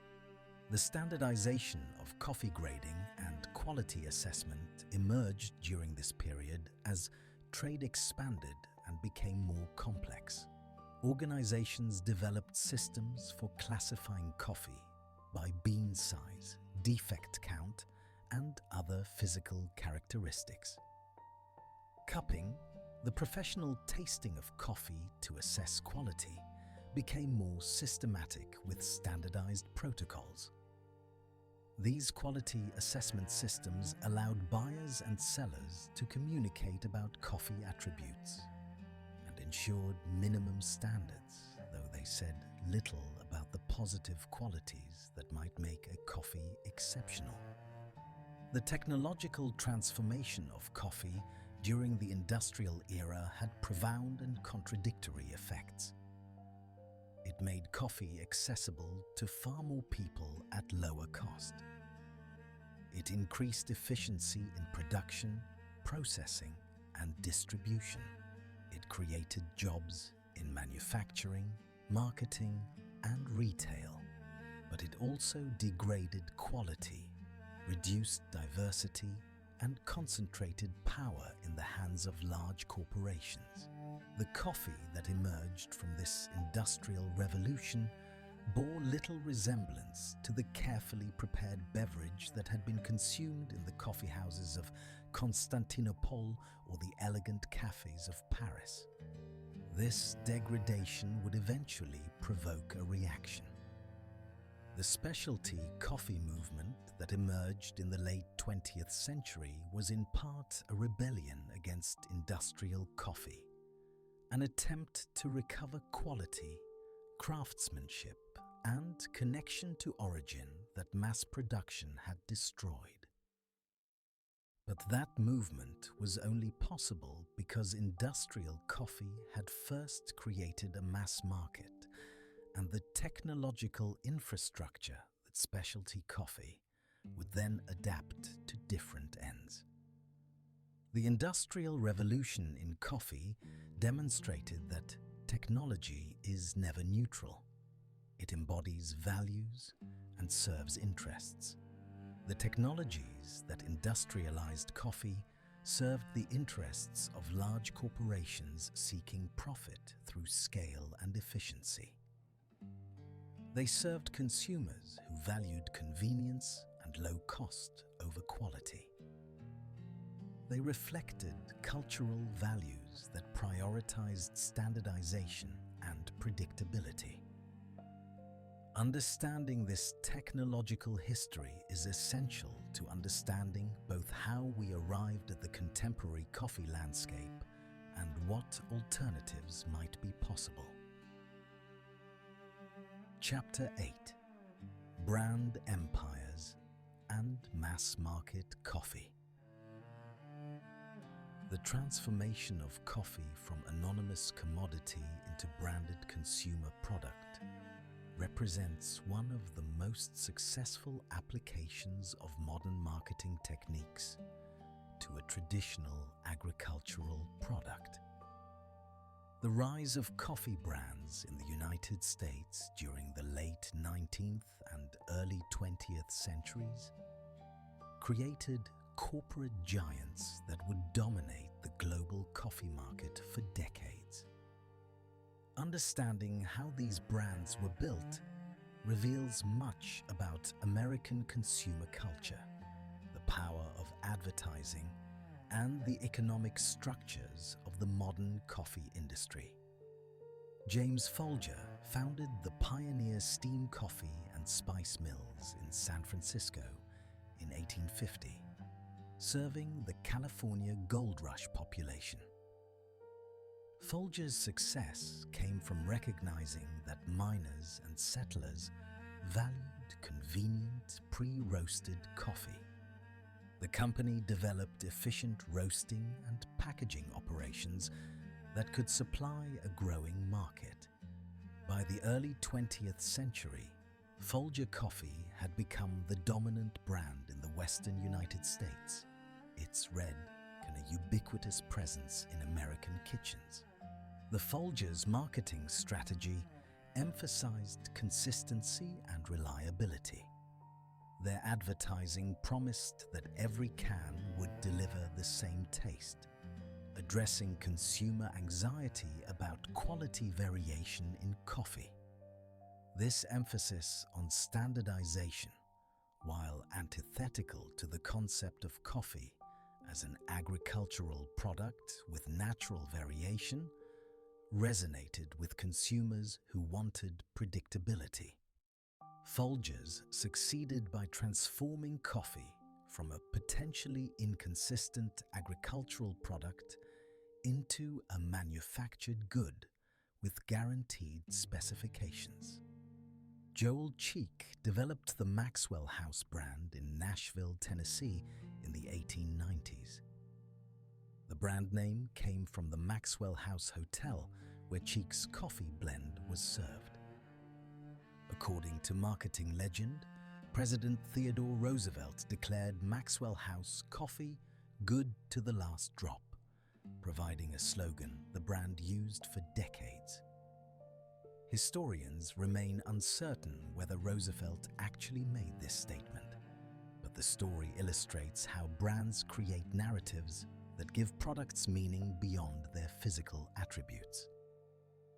Maxwell House pursued national expansion through both product quality and marketing innovation. The company invested in radio advertising in the 1920s, sponsoring programs that reached millions of American households. The Maxwell House Showboat, a radio variety program, ran for 16 years and became one of the most popular shows of the era. This integration of advertising into entertainment content represented sophisticated marketing that built brand awareness and loyalty. The acquisition of smaller regional brands by larger companies characterized the coffee industry's evolution. Maxwell House was purchased by General Foods in 1928. Folgers was acquired by Procter & Gamble in 1963. These acquisitions by major consumer products corporations brought substantial capital, sophisticated marketing capabilities, and national distribution networks to coffee brands. The transformation of coffee companies from roasters into divisions of diversified consumer products.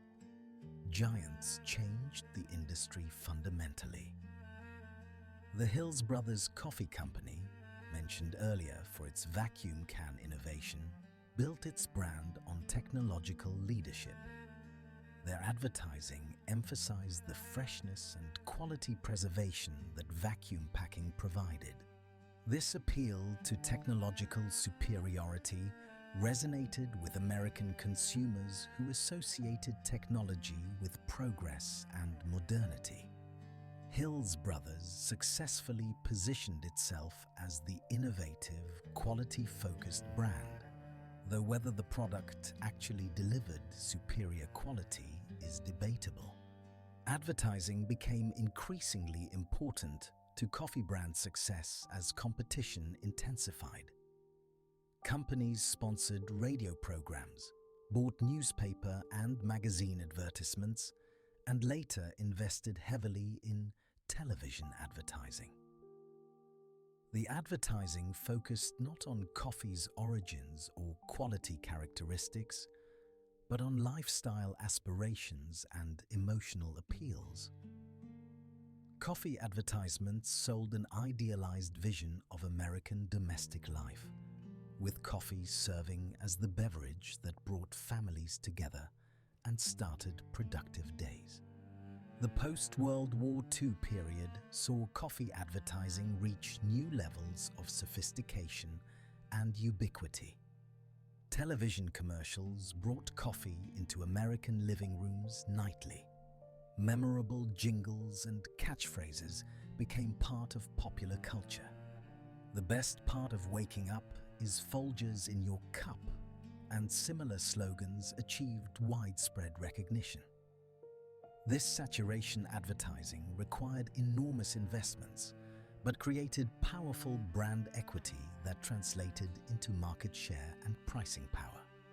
The major coffee brands pursued a strategy of quality degradation during much of the 20th century. As competition intensified and profit margins came under pressure, companies reduced the quality of beans used in their blends. They roasted darker to mask defects and create consistent taste. They increased the use of cheaper Robusta beans in place of Arabica. Consumers, having little basis for comparison and influenced by advertising, largely accepted these changes. The coffee that Americans drank in 1970 was significantly lower quality than what they had consumed in 1950, but brand loyalty and marketing obscured this decline. The coffee price wars of the 1970s and 1980s further pressured brand name coffee. Generic and private label brands sold by supermarket chains offered lower prices by eliminating advertising costs. The major brands responded with price cuts, promotional campaigns, and coupons. This competition drove prices down, but also reduced already low quality further. Coffee had become the classic race-to-the-bottom commodity product, where price competition drove out quality considerations. Instant coffee brands developed their own marketing strategies during this period. Nescafé, Taster's Choice, and other instant coffee brands emphasized convenience and modernity. Their advertising targeted working women, families with busy schedules, and anyone who valued speed and simplicity. Instant coffee was positioned not as inferior to brewed coffee, but as a smart choice for modern, efficient people.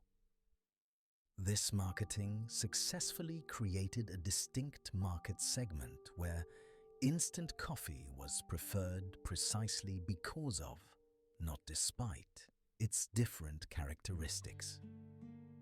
The corporate consolidation of the coffee industry accelerated through the mid to late 20th century. A small number of large corporations came to control the majority of the global coffee market. These companies exercised enormous power over coffee sourcing, pricing, and marketing. Their decisions about what quality of beans to purchase, what prices to pay producers, and how to process and package coffee shaped the entire industry. The concentration of market power in so few hands created structural problems that would become increasingly apparent over time. The relationship between coffee brands and coffee-producing countries became increasingly complex and often exploitative during this period. Large coffee companies operated as monopsonies in some producing regions, being effectively the only buyer for farmers' coffee. This gave them enormous leverage to dictate prices and quality standards. The companies used this power to extract maximum value, paying farmers as little as possible while maintaining profitable retail prices. The marketing of coffee brands largely erased the connection between coffee and the places and people who produced it. Advertising focused on American domestic life, not on Colombian mountains or Brazilian plantations. Consumers developed strong attachments to brands but no knowledge of or connection to coffee origins. This disconnection between production and consumption served corporate interests by making consumers brand loyal rather than quality conscious or ethically minded. Some brands did attempt to distinguish themselves through origin claims. Maxwell House marketed a Colombian coffee blend, and Juan Valdez became the fictional representative of Colombian coffee quality. But even these origin-focused brands were primarily exercises in marketing, rather than genuine commitments to showcasing the distinctive qualities of specific coffee-growing regions. The coffee in the package often bore little relationship to the images and claims on the label. The brand power that companies built through decades of advertising created barriers to entry for new competitors. A new coffee company had to either invest heavily in marketing to build brand recognition, or accept remaining a small, local operation. This dynamic protected established brands and made it difficult for innovative companies to challenge the majors. The specialty coffee movement would eventually overcome these barriers, but doing so required fundamentally different business models and marketing approaches. The major coffee brands also exercised influence over the retail environment. They provided free equipment to restaurants and diners in exchange for exclusive supply agreements. They paid for premium shelf placement in supermarkets. They funded coffee research that, unsurprisingly, tended to find positive health benefits of coffee consumption. This comprehensive approach to controlling the entire value chain from production to consumption demonstrated sophisticated business strategy, even as it raised questions about market competition and consumer choice. The quality standards of branded coffee reached their nadir in the 1970s and early 1980s. Brands openly mixed Robusta with Arabica to reduce costs. They roasted very dark to create consistency across low-quality bean supplies. They added chicory or other fillers to stretch supplies. Consumers, many of whom had never tasted high-quality coffee, accepted these degraded products as normal. The disconnect between what coffee could be and what branded coffee had become was stark. This degradation created the conditions for a revolution. Coffee enthusiasts and entrepreneurs who understood that coffee could and should be much better than what the major brands offered began developing alternatives. These early specialty coffee pioneers faced enormous challenges in competing with established brands. But they also benefited from growing consumer interest in quality, authenticity, and connection to food and beverage origins. The brands that had dominated coffee for decades would soon face their first serious challenge. The legacy of the major coffee brands remains significant, even as their market dominance has eroded. They created the infrastructure and distribution networks that make mass-market coffee accessible. They demonstrated that coffee could be a highly profitable business. They trained consumers to think of coffee as a daily necessity rather than a luxury. But they also degraded quality, exploited producers, and created a disconnection between consumption and production that specialty coffee movements have worked to overcome. Understanding the rise of coffee brands is essential to understanding both what specialty coffee rebels against and what structures it must work within. Chapter 9: The Specialty Coffee Revolution. The transformation of coffee from commodity to craft began quietly in the mid-20th century with a handful of entrepreneurs who believed that coffee could and should be better than what the major brands offered. The specialty coffee movement that emerged from these early efforts would fundamentally challenge the industrial coffee paradigm, re-establish connections between consumers and producers, and create new ways of thinking about coffee quality, value, and meaning. This movement did not happen overnight, but unfolded across several decades through distinct waves that each contributed to redefining coffee culture. Alfred Peet, a Dutch immigrant who learned coffee roasting from his father, opened Peet's Coffee and Tea in Berkeley, California in 1966. Peet rejected the light roasts and low-quality beans that characterized American commercial coffee. Instead, he sourced higher quality beans and roasted them darker than typical American coffee, but lighter than the charcoal-like roasts of major brands. More importantly, he educated customers about coffee origins, varieties, and preparation methods.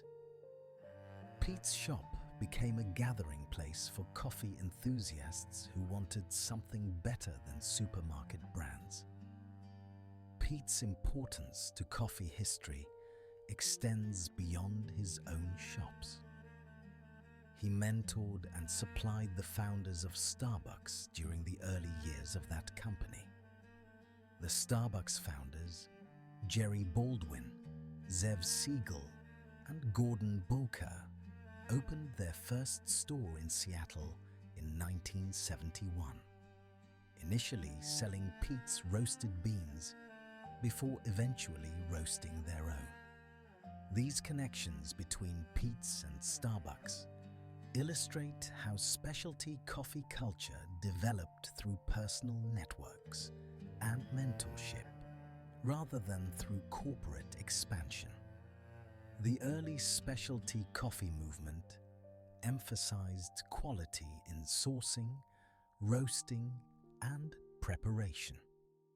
Specialty roasters sought out better beans, often paying premium prices to get them.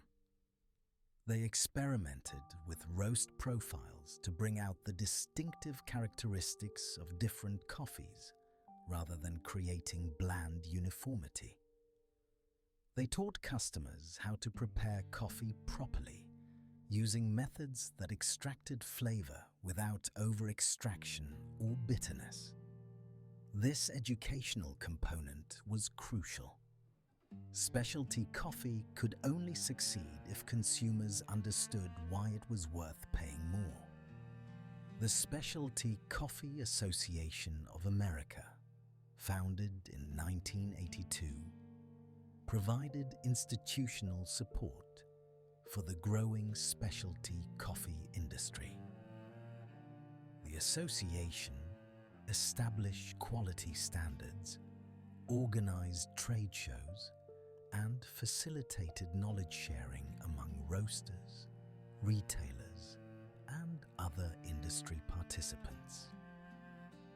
The creation of professional organizations indicated that specialty coffee had moved beyond a few isolated pioneers to become a recognizable industry segment.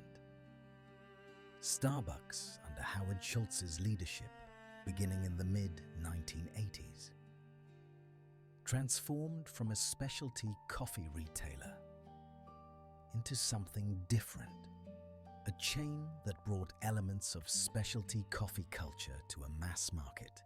Schultz's vision, inspired by Italian espresso bars, was to create third places between home and work where people could gather over coffee. Starbucks systematized the specialty coffee experience, creating standardized procedures that could be replicated across thousands of locations. The Starbucks model represented both the democratization and the commercialization of specialty coffee. On one hand, Starbucks introduced millions of Americans to espresso-based drinks, better quality coffee, and the idea that coffee could be a pleasurable experience rather than just a caffeine delivery system. On the other hand, Starbucks ultimately relied on many of the same mass-market strategies as the brands it ostensibly challenged: standardization, aggressive expansion, marketing over quality, and corporate consolidation. The term second wave came to describe this phase of coffee culture, distinguished from the first wave of industrial coffee, but not yet reaching the quality focus of what would become the third wave. Second wave coffee shops emphasized atmosphere, consistency, and accessibility. They served espresso drinks with more milk than coffee. They trained baristas to follow precise procedures, but not necessarily to understand coffee deeply. They created comfortable spaces where customers would linger, generating sales of pastries and merchandise alongside coffee. The economic success of Starbucks inspired imitators and spawned a global coffee chain industry. Peet's, Caribou Coffee, and numerous regional chains expanded rapidly. Independent coffee shops adopted similar aesthetics and drink menus. The coffeehouse, which had virtually disappeared from American culture, became ubiquitous. This proliferation of coffee shops represented a genuine transformation in American coffee culture, even if purists criticized the quality compromises inherent in the chain model.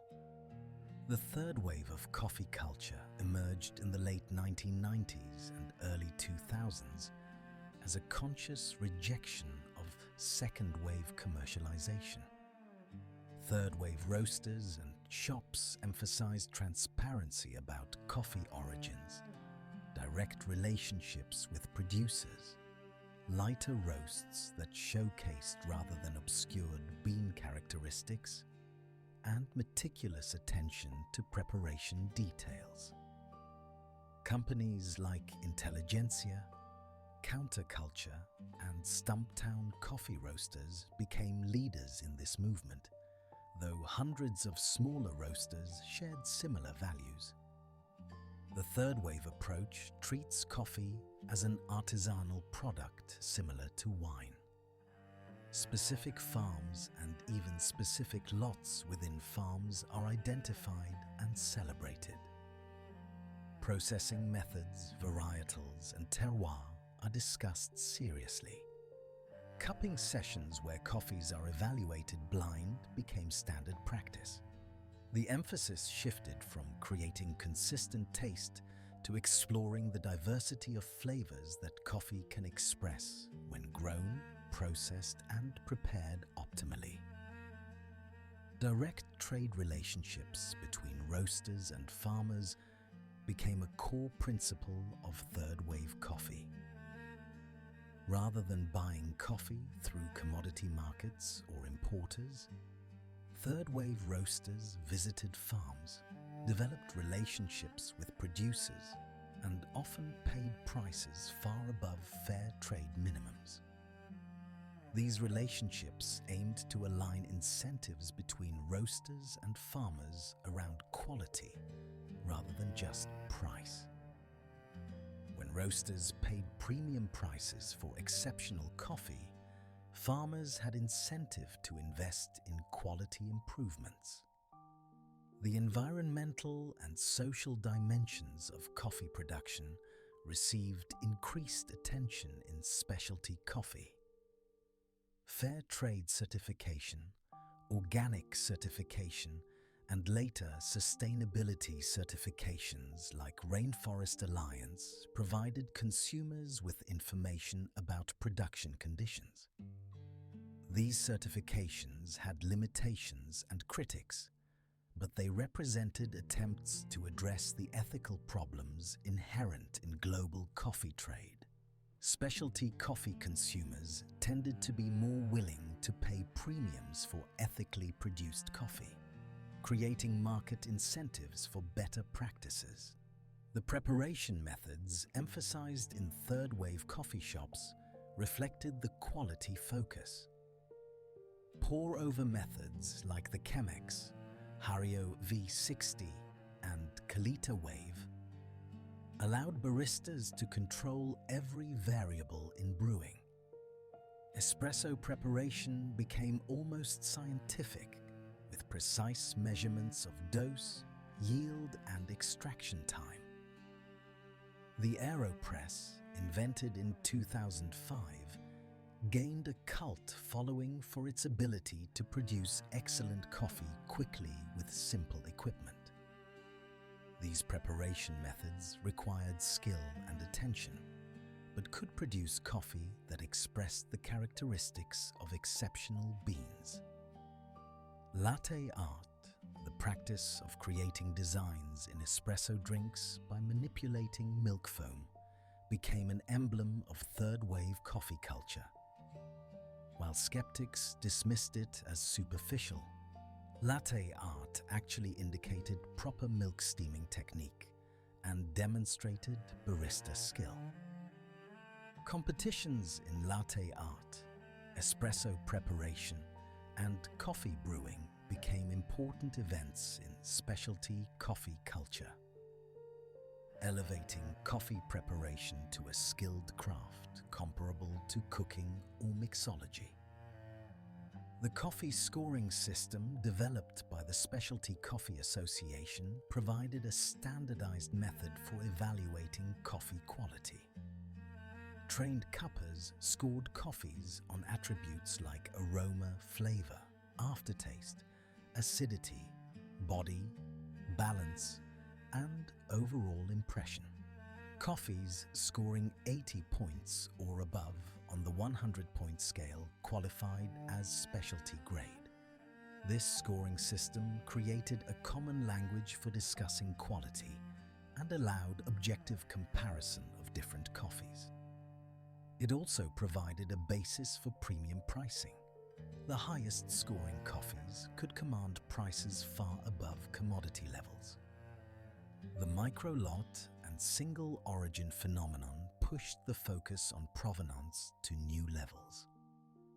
Rather than blends from multiple farms or regions, third-wave roasters sought out tiny lots from individual farms or even specific sections of farms.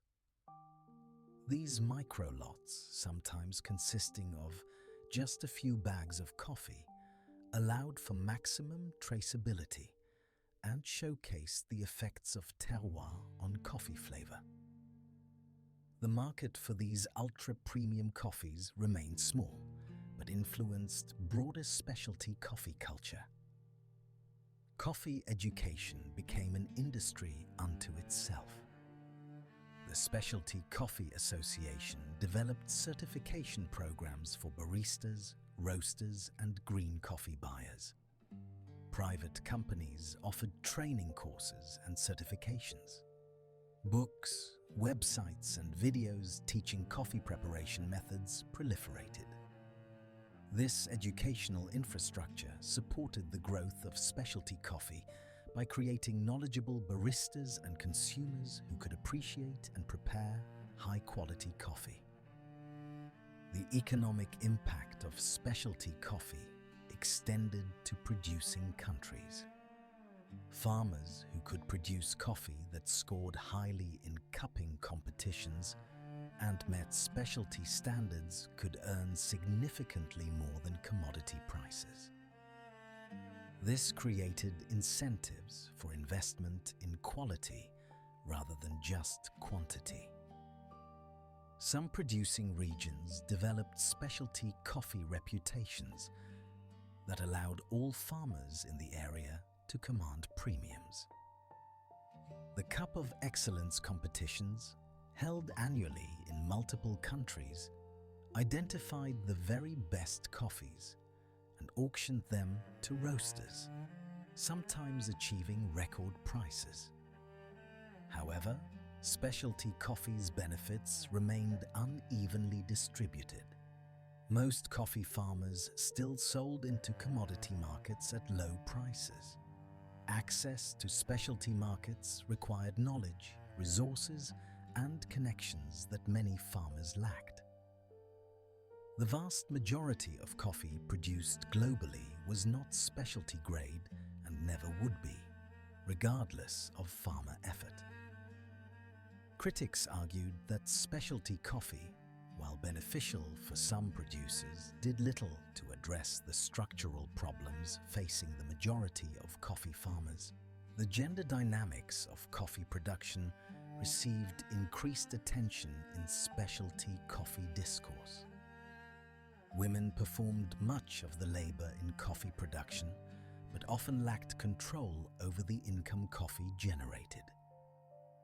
Some specialty coffee initiatives specifically targeted women farmers, providing training, access to credit, and direct market connections. These efforts recognized that transforming coffee production required addressing gender inequalities inherent in many coffee-producing societies. The environmental sustainability of specialty coffee varied widely. Some specialty roasters and shops made sustainability central to their mission, sourcing exclusively organic or sustainably certified coffee and minimizing environmental impact in their operations. Others paid little attention to environmental issues beyond what affected coffee flavor.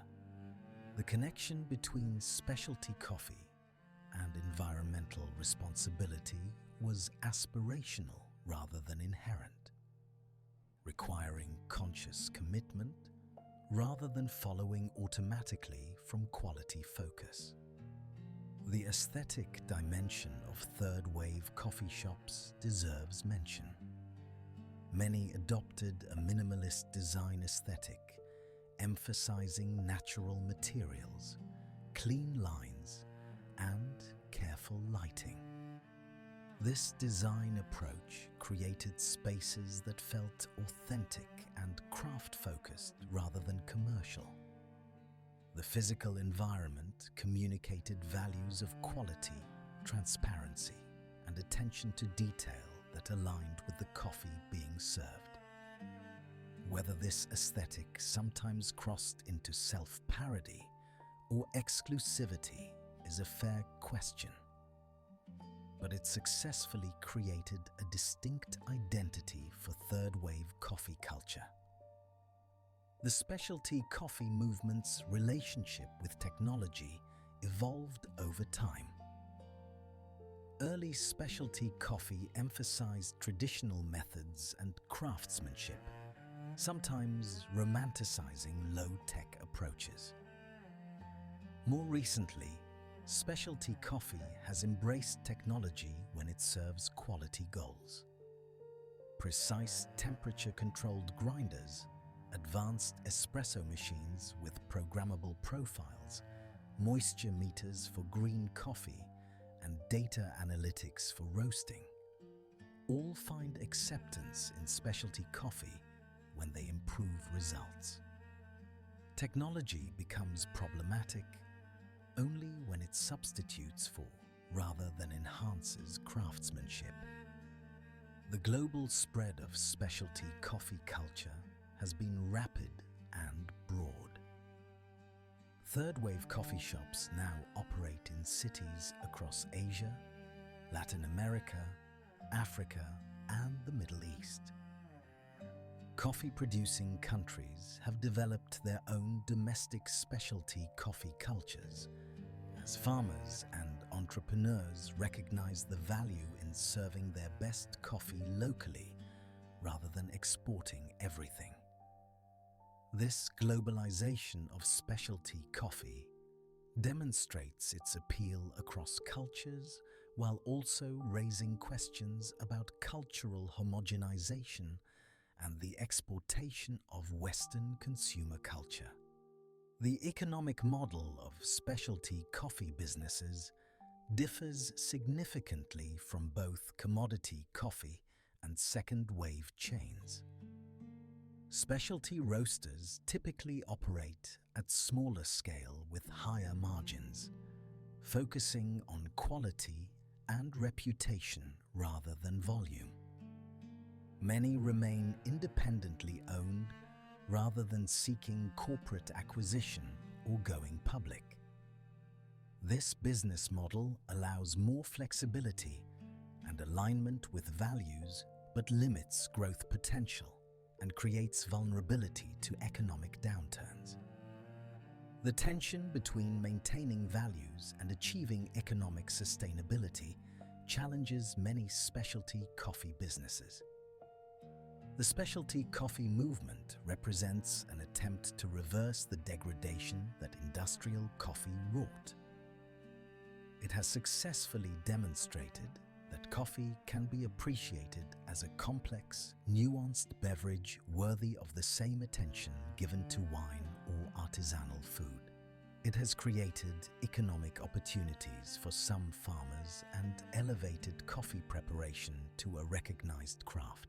It has made consumers more aware of coffee origins and production conditions. These achievements are real and significant.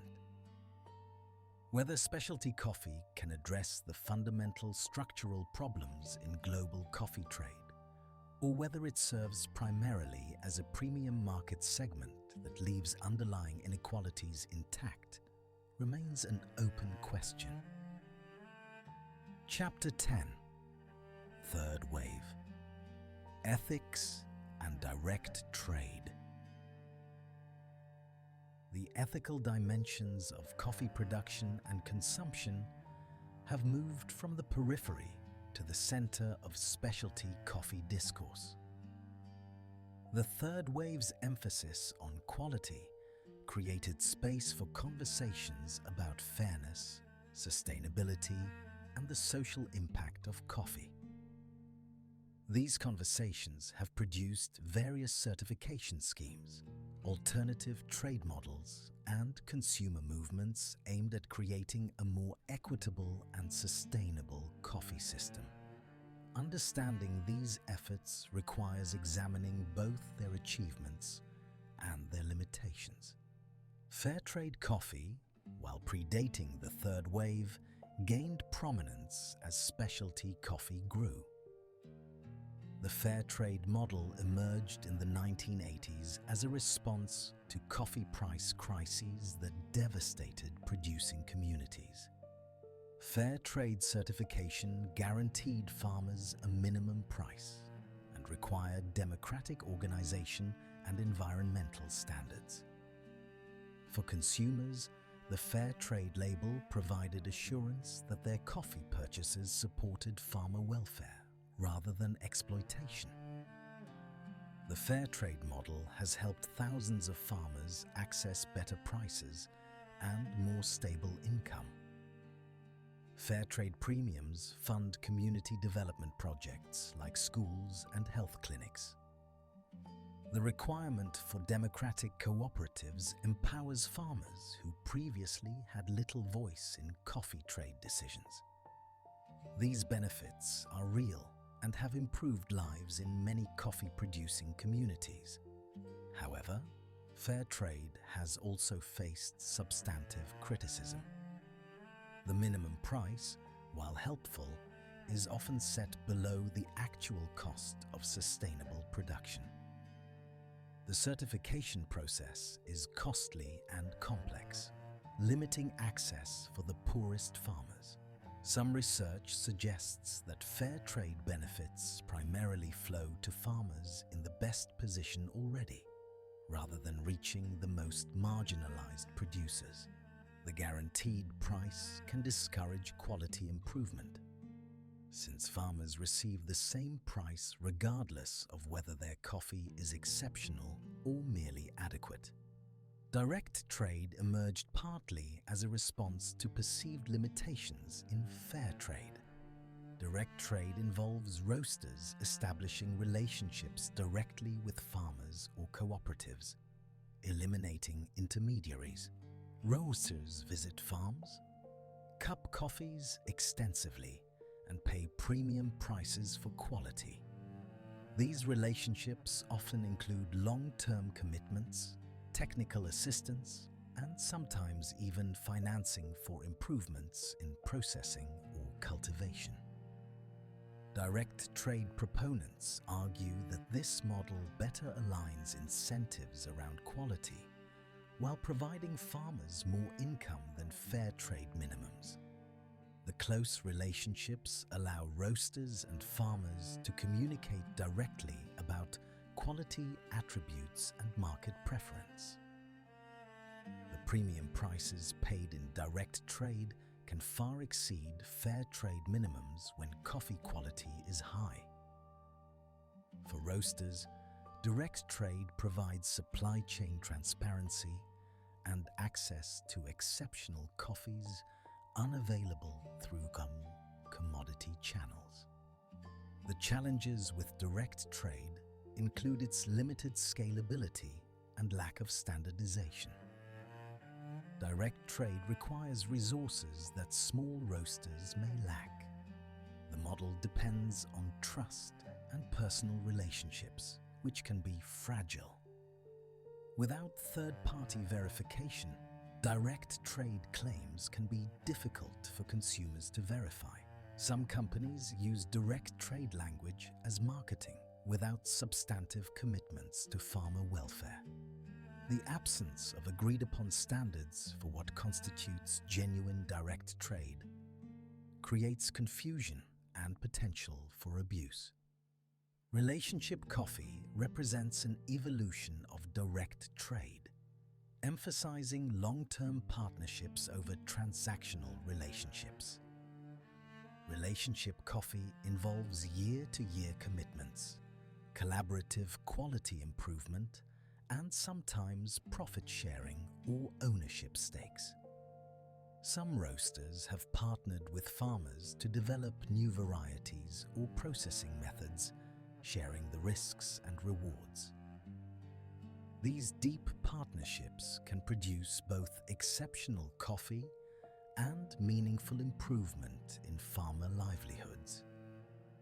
But they require substantial commitment and resources from all parties.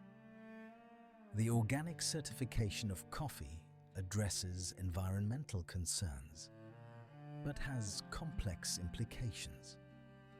Organic farming prohibits synthetic pesticides and fertilizers, potentially benefiting environmental health and farmer safety. Organic coffee often commands price premiums that can benefit farmers. The environmental benefits of organic agriculture are well documented in many contexts. However, organic certification is expensive and administratively burdensome, often excluding small farmers. In some regions, traditional farming methods are essentially organic already, but farmers lack resources to obtain certification. The focus on input prohibition may miss other important environmental issues like water use or deforestation. Some studies suggest that organic farming's lower yields could require more land under cultivation to meet demand, potentially increasing overall environmental impact. The relationship between organic certification and actual environmental outcomes is more complex than marketing suggests. The shade-grown coffee certification addresses the environmental devastation caused by sun coffee cultivation. Shade coffee, grown under forest canopy, maintains biodiversity, protects watersheds, and provides habitat for migratory birds. Bird-friendly certification, developed by the Smithsonian Migratory Bird Center, verifies that coffee farms maintain adequate forest cover and structural diversity.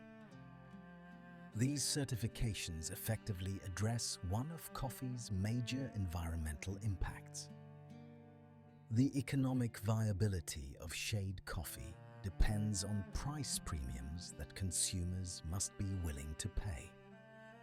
Shade coffee typically yields less per acre than sun coffee, requiring higher prices to be economically sustainable for farmers. Consumer education about the environmental benefits of shade coffee is necessary to generate demand that justifies these premiums. The specialty coffee market has been more receptive to shade coffee than commodity markets, creating economic incentives for environmental protection in some regions. Climate change presents the greatest long-term threat to coffee production. Rising temperatures are making traditional coffee-growing regions unsuitable for cultivation. Increased rainfall variability threatens harvests. New pests and diseases are appearing as climate zones shift. Coffee rust, a devastating fungal disease, has become more virulent as temperatures rise. The specialty coffee industry has begun addressing climate change through both mitigation and adaptation efforts. Mitigation efforts include reducing the carbon footprint of coffee production and distribution. Some roasters have committed to carbon neutrality through renewable energy use, more efficient operations, and carbon offsets. Reducing packaging waste and promoting reusable cups address other environmental impacts. These efforts are commendable but remain small relative to the scale of the problem. Coffee's global supply chain generates substantial emissions and systemic change is needed. Adaptation efforts focus on helping farmers cope with changing conditions. This includes developing climate-resilient coffee varieties, improving farm management practices to handle variable rainfall, diversifying farm income beyond coffee, and even assisting farmers in transitioning to alternative livelihoods if coffee becomes unviable. Some organizations are mapping future climate scenarios to identify regions where coffee may become possible to grow, potentially creating new producing areas as traditional regions become unsuitable. The social dimensions of coffee production extend beyond prices paid to farmers. Gender inequality, child labor, and poor working conditions persist in many coffee-producing regions.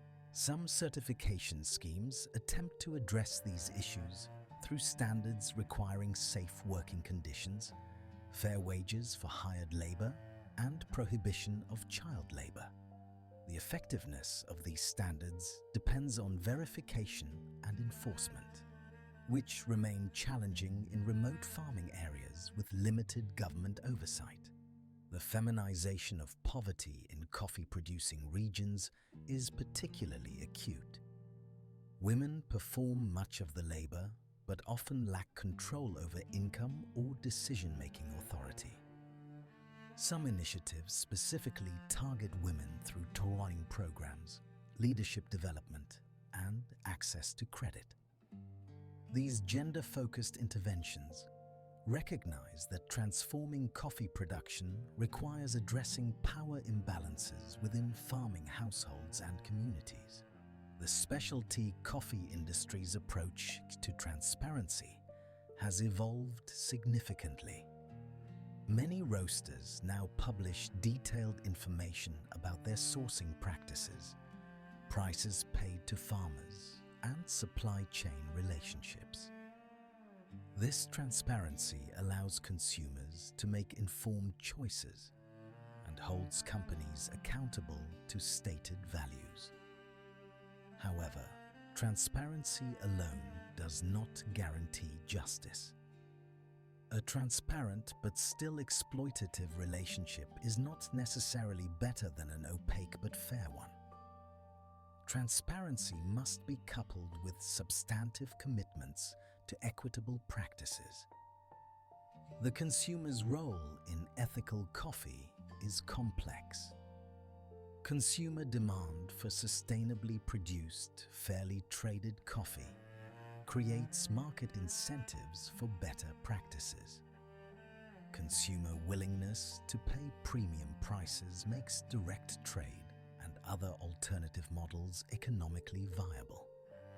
Consumer pressure on companies can drive improvements in sourcing and labor practices. However, Placing too much responsibility on consumers individualizes what are fundamentally systemic problems requiring policy solutions and structural change. The coffee shop as community space has re-emerged in contemporary culture, echoing the coffee houses of earlier centuries. Third-wave coffee shops often function as informal gathering places, workspaces, and cultural venues. This social function of coffee shops has value beyond the coffee itself, creating spaces for connection and community in increasingly atomized societies. Whether contemporary coffee shops successfully create inclusive communities or reproduce exclusions based on class, race, or other factors varies widely and merits critical examination. The cultural politics of specialty coffee deserve attention. Critics have noted that third-wave coffee culture can feel exclusive and intimidating to those unfamiliar with its terminology and rituals. The emphasis on connoisseurship and proper technique can become gatekeeping that excludes people based on knowledge or cultural capital rather than genuine appreciation for coffee. The aesthetic of specialty coffee shops, while appealing to many, can signal this space is not for you to others. Creating a genuinely inclusive specialty coffee culture requires conscious effort to welcome diverse participants.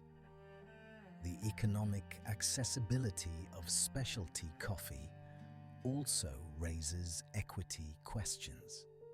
Specialty coffee is more expensive than commodity coffee, making it inaccessible to low-income consumers. The location of specialty coffee shops often follows patterns of gentrification, serving affluent neighborhoods while avoiding poor ones. This creates a situation where the benefits of better coffee, both in flavor and ethical production, are available primarily to the wealthy.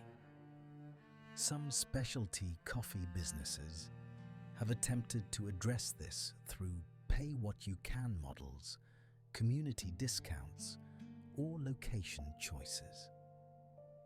But these remain exceptions. The role of technology in contemporary coffee culture has expanded beyond preparation into communication and education. Social media allows coffee enthusiasts to share knowledge, experiences, and advocacy. Apps provide information about coffee origins, brewing techniques, and shop locations. Online platforms connect roasters directly with consumers, disrupting traditional retail relationships. Video content makes coffee education accessible to anyone with internet access. This technological mediation of coffee culture has both democratizing potential and the risk of creating new forms of exclusion based on digital access and literacy. The coffee subscription model, enabled by e-commerce, has transformed how many consumers access specialty coffee. Subscriptions provide convenience and discovery, introducing consumers to coffees and roasters they might not otherwise encounter. For roasters, subscriptions create predictable revenue and deeper customer relationships. The subscription model has allowed small roasters to reach national markets without traditional retail distribution.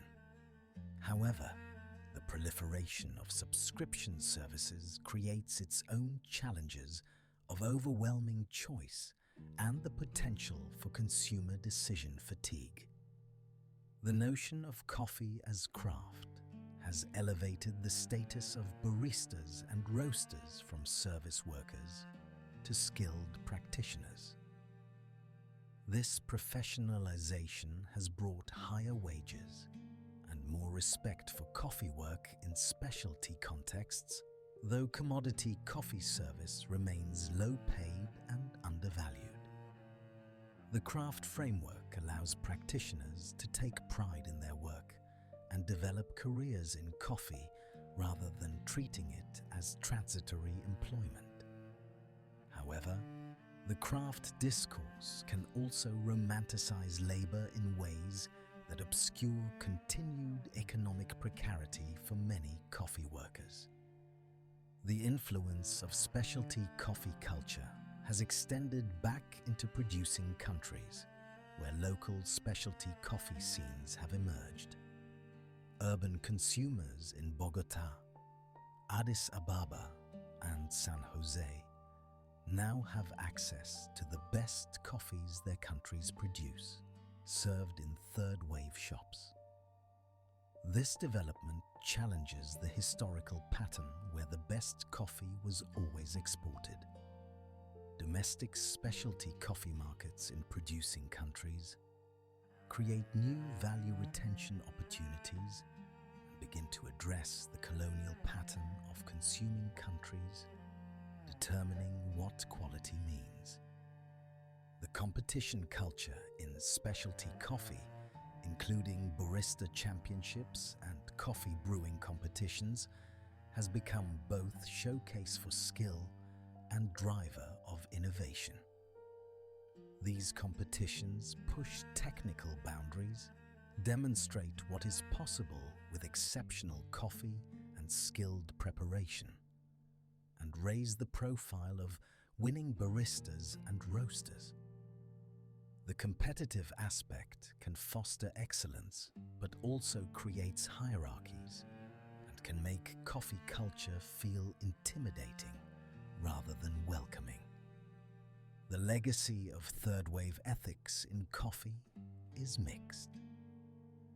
The movement has successfully elevated awareness of production conditions, created alternative trade models that benefit some farmers, and demonstrated that ethical production can be economically viable. It has shown that consumers will pay premiums for both quality and ethics when properly informed. However, the impact remains limited in scale. The vast majority of coffee is still traded as a commodity, with producers receiving inadequate compensation. Climate change threatens the viability of coffee production regardless of trade models. Structural inequalities persist despite niche alternatives. The question facing specialty coffee is whether it can grow from a premium market segment into a transformative force for the entire coffee system, or whether it will remain an ethical option available primarily to privileged consumers. Chapter 11: Coffee Science and Global Supply Chains. The contemporary coffee industry rests on sophisticated scientific understanding and complex global supply chains. The journey from farm to cup involves dozens of steps, each of which can profoundly affect quality, sustainability, and value distribution. Understanding coffee scientifically and logistically reveals both the marvel of modern coffee production and the challenges inherent in a system spanning continents and involving millions of people. Coffee is botanically fascinating, belonging to the Rubiaceae family alongside plants like gardenia and quinine. The two primary commercial species, Koch F.E. Arab Ka and Coffea canephora robusta, evolved in different environments and possess distinct characteristics.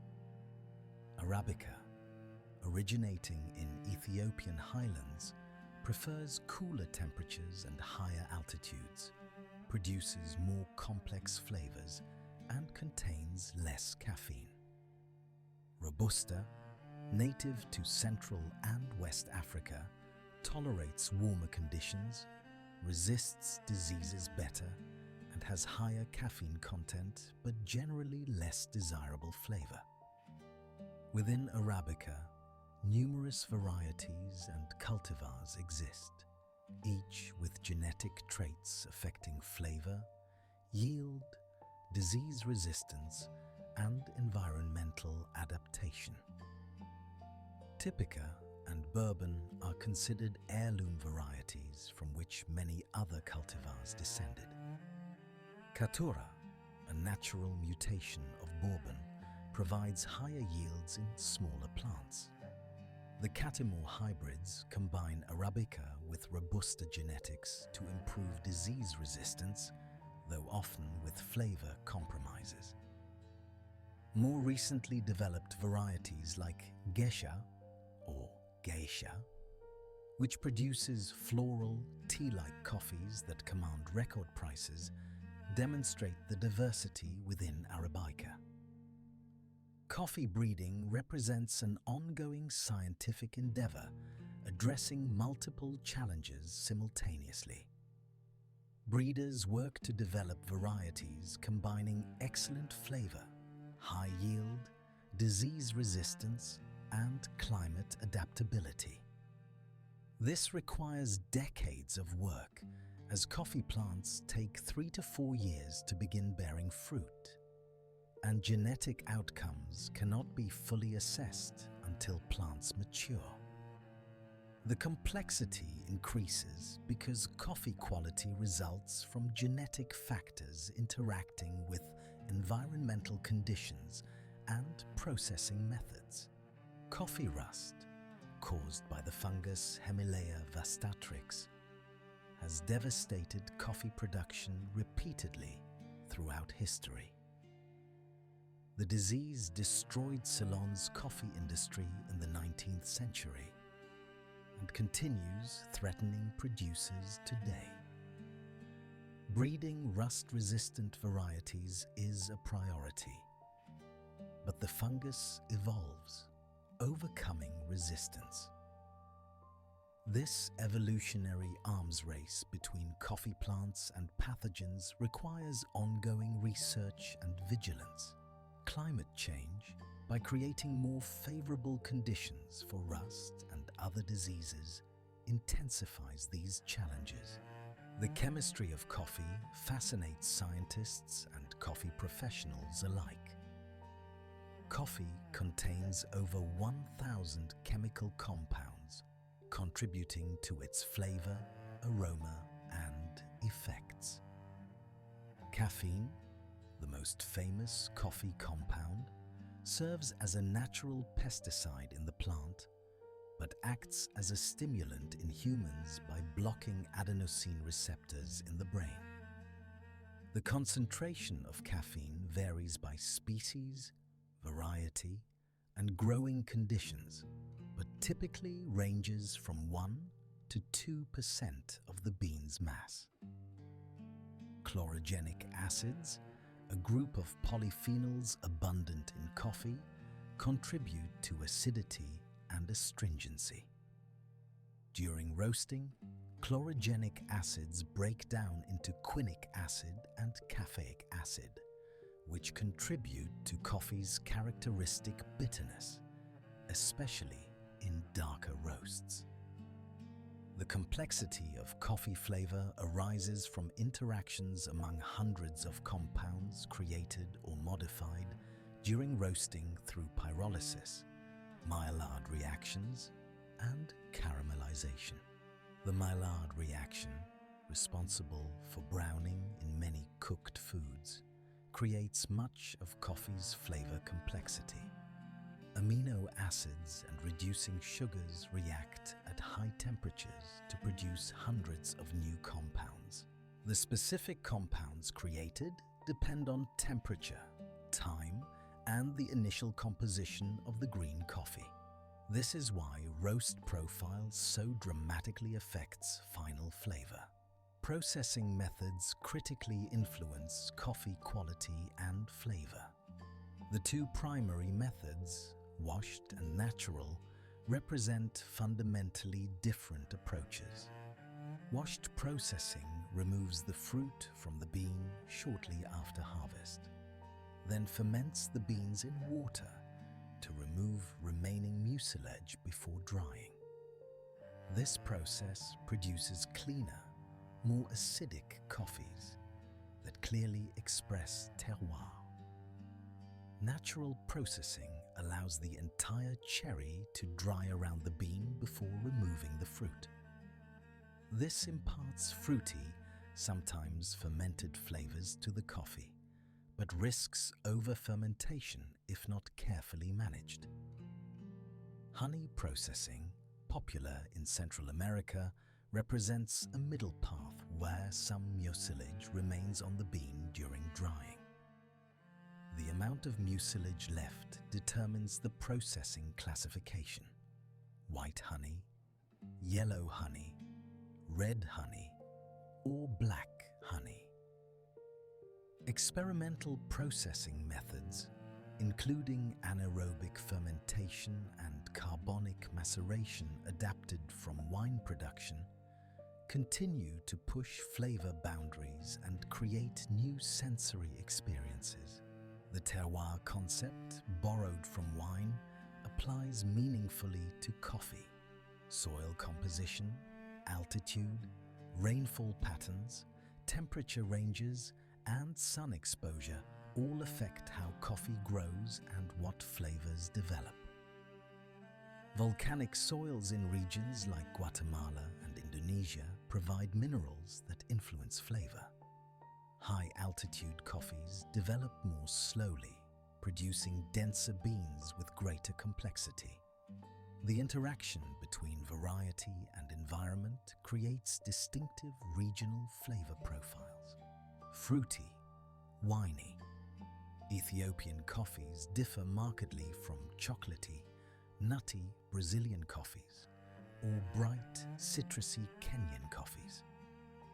Harvesting coffee requires significant labor because cherries do not ripen uniformly.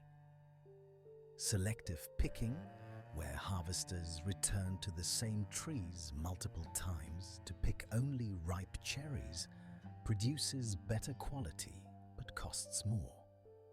Strip picking, harvesting all cherries from a branch regardless of ripeness, is faster and cheaper, but includes unripe and overripe cherries that lower quality. Mechanical harvesting, possible in flat terrain like some Brazilian farms, further reduces labor costs but also quality unless followed by careful sorting. The global coffee supply chain involves intricate logistics. Green coffee is typically sold by exporters in producing countries to importers in consuming countries. Importers provide storage, sometimes financing, and connections to roasters. Roasters transform green coffee into the brown beans consumers recognize. Retailers sell roasted coffee to consumers or prepare beverages in coffee shops. Each step adds cost and captures some of the value, with farmers typically receiving the smallest share of the final retail price. Coffee cooperatives provide small farmers with collective bargaining power and shared resources for processing and marketing. Well-functioning cooperatives improve farmer incomes and provide technical assistance, credit, and quality improvement support. However, cooperatives require effective governance to avoid corruption and mismanagement. The benefits of cooperative organization are real, but not automatic. They depend on leadership, member participation, and external support. The commodity market for coffee operates through futures contracts traded on exchanges in New York for Arabica and London for Robusta. These markets allow producers to hedge against price fluctuations and provide price discovery mechanisms. However, commodity trading can also increase price volatility and create opportunities for speculation that may not reflect underlying supply and demand. The disconnect between commodity prices, which barely cover production costs, and retail prices, which yield substantial profits, reveals structural problems in how value is distributed. Quality control throughout the supply chain involves multiple assessments. Green coffee graders evaluate physical characteristics, bean size, density, moisture content, and defect counts. Cuppers evaluate flavor through standardized tasting protocols. Certifiers verify compliance with organic, fair trade, or other standards. Each quality control point adds costs but also provides assurance that helps coffee command appropriate prices. The roasting process is both art and science. Roasters must understand how heat transfer affects different beans and how to manipulate temperature and airflow to achieve desired outcomes. Modern roasting equipment provides precise control over these variables.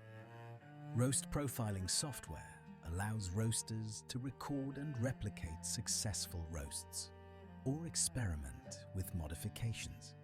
However, roasting remains fundamentally experiential. No amount of technology replaces the roaster's trained senses and judgment. Packaging technology continues evolving to preserve coffee freshness. Valve bags, which allow carbon dioxide from roasted coffee to escape while preventing oxygen from entering, have become standard. Some roasters use nitrogen flushing to remove oxygen before sealing packages. For consumers, the key to preserving coffee quality is minimizing exposure to air, light, heat, and moisture, which degrade coffee relatively quickly once roasted.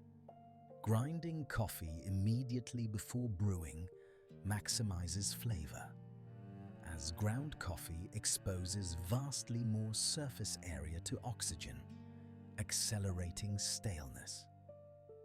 However, the convenience of pre-ground coffee appeals to many consumers, creating a trade-off between quality and ease. Grind size affects extraction. Fine grinds for espresso, medium for drip, coarse for French press. Matching grind to brewing method is essential for optimal flavor. Water quality profoundly affects coffee flavor, as coffee is roughly 98% water when brewed. Water hardness, mineral content, and pH all influence extraction and taste. Some specialty coffee shops use reverse osmosis filtration, followed by remineralization to create optimal brewing water. For home brewers, filtered water generally produces better results than heavily chlorinated tap water, though excessively soft water can produce flat, under-extracted coffee. Brewing variables include water temperature, contact time, agitation, and ratio of coffee to water. Each brewing method optimizes these variables differently. Espresso uses high pressure and fine grind for rapid extraction. Pour-over methods control water distribution and contact time through careful pouring technique. Immersion methods like French press allow extended contact time with coarse grounds. Understanding how these variables interact allows brewers to adjust extraction to highlight desired flavors. The supply chain's carbon footprint is substantial. Growing coffee requires inputs like fertilizers. Processing uses water and energy. Transportation, especially air freight for high-end specialty coffees, generates significant emissions. Roasting consumes energy. Retail operations use electricity for grinding, brewing, and refrigeration. The full life cycle assessment of coffee reveals environmental costs that the retail price often does not reflect. Waste management in coffee production and consumption presents challenges and opportunities. Coffee pulp from processing, traditionally discarded or poorly managed, can be composted or used for biogas production. Spent coffee grounds from brewing can be composted or used in agriculture. Packaging waste, particularly single-serve pods, has generated controversy and spurred innovations in compostable materials. Addressing waste requires systematic thinking about the entire life cycle. The economic structure of the coffee supply chain perpetuates inequality between producing and consuming countries. Value capture occurs primarily in roasting, marketing, and retail, all typically located in consuming countries. Producing countries export value in raw form and must import processed coffee products if they want them. Efforts to promote origin roasting and retain more value in producing countries face challenges, including access to capital for roasting equipment, technical knowledge for quality roasting, and market access for selling roasted coffee. Technology is transforming multiple aspects of coffee production and supply chain management. Blockchain applications promise improved traceability and transparency. Mobile technology connects farmers to market information and financial services. Precision agriculture uses sensors and data analytics to optimize irrigation, fertilization, and pest management. These technologies offer genuine benefits, but also create new dependencies and may exclude farmers who lack access to technology or technical training. The supply chain's complexity, while enabling global coffee trade, also creates opacity that can hide exploitation and environmental damage. Efforts to improve transparency and traceability aim to make supply chains more accountable and give consumers information to make ethical choices. However, transparency alone cannot solve structural problems. The knowledge that farmers receive inadequate compensation does not automatically lead to better prices. Systemic change requires more than information. It requires changes to power relationships and economic structures. Understanding coffee science and supply chains reveals both human ingenuity and institutional failure. The science that enables coffee cultivation, processing, and preparation is sophisticated and continually advancing. The global logistics that bring coffee from remote farms to urban cafes are efficient and reliable. Yet this impressive system fails to provide adequate livelihoods for millions of farmers or to address environmental sustainability. The disconnect between technical capability and ethical outcome indicates that coffee's challenges are political and economic rather than merely technical. Solutions exist, but require will to implement rather than knowledge to discover. Chapter 12: Climate Crisis and Coffee's Uncertain Future. Coffee stands at a crossroads. The beverage that has shaped economies, cultures, and daily rhythms for centuries faces existential challenges from climate change, economic inequality, and demographic shifts. Understanding the future of coffee requires examining these threats while also considering innovations, adaptations, and transformations that might secure coffee's future. The story of coffee is not ending, but it is certainly entering a new chapter that will determine whether coffee remains abundant and accessible or becomes a luxury product available to only a privileged few. Climate change poses the gravest threat to coffee production.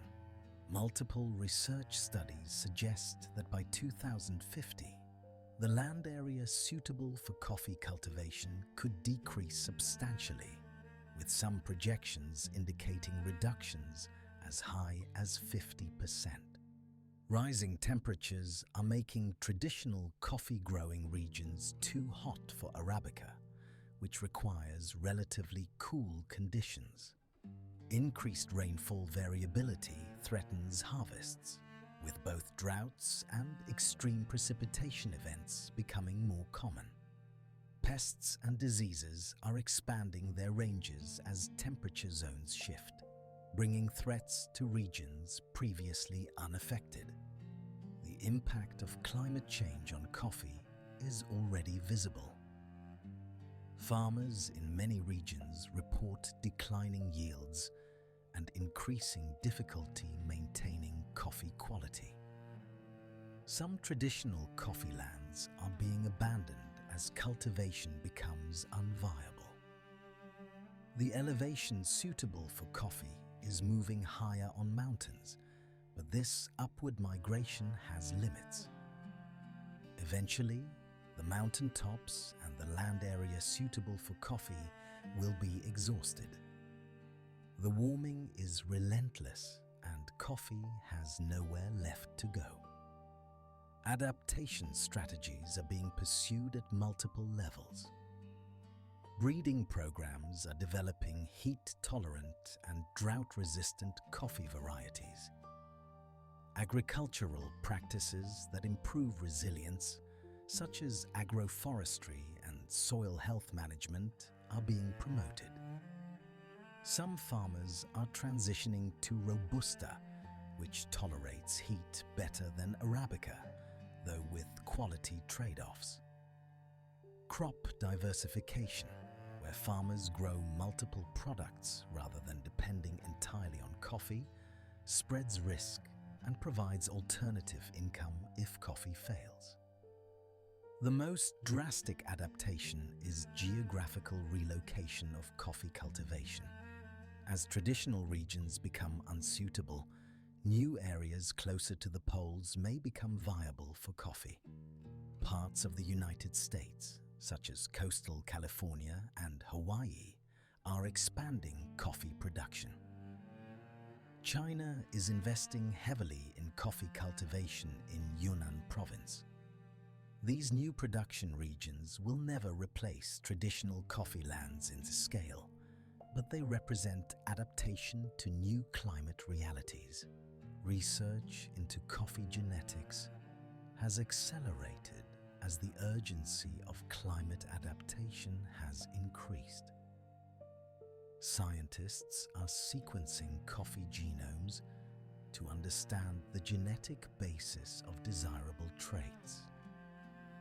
CRISPR and other genetic editing techniques offer possibilities for more rapid development of improved varieties, though regulatory and ethical questions around GMO coffee remain contentious. Some researchers are exploring wild coffee species that possess genetic traits useful for breeding, though many wild coffee populations are themselves threatened by habitat loss. Laboratory-grown coffee, produced through cellular agriculture rather than traditional cultivation, represents a potential technological response to climate and sustainability challenges. Companies are working to culture coffee cells in bioreactors, producing coffee biochemically identical to farmed coffee without the environmental footprint of conventional agriculture. This technology remains developmental, but if successful, it could theoretically produce unlimited coffee, independent of climate, land availability, or farming labor. Whether consumers would accept lab-grown coffee and what such production would mean for coffee-producing communities are questions without clear answers. The economic challenges facing coffee producers may prove as threatening as climate change. Persistent low prices that fail to cover production costs are driving farmers out of coffee.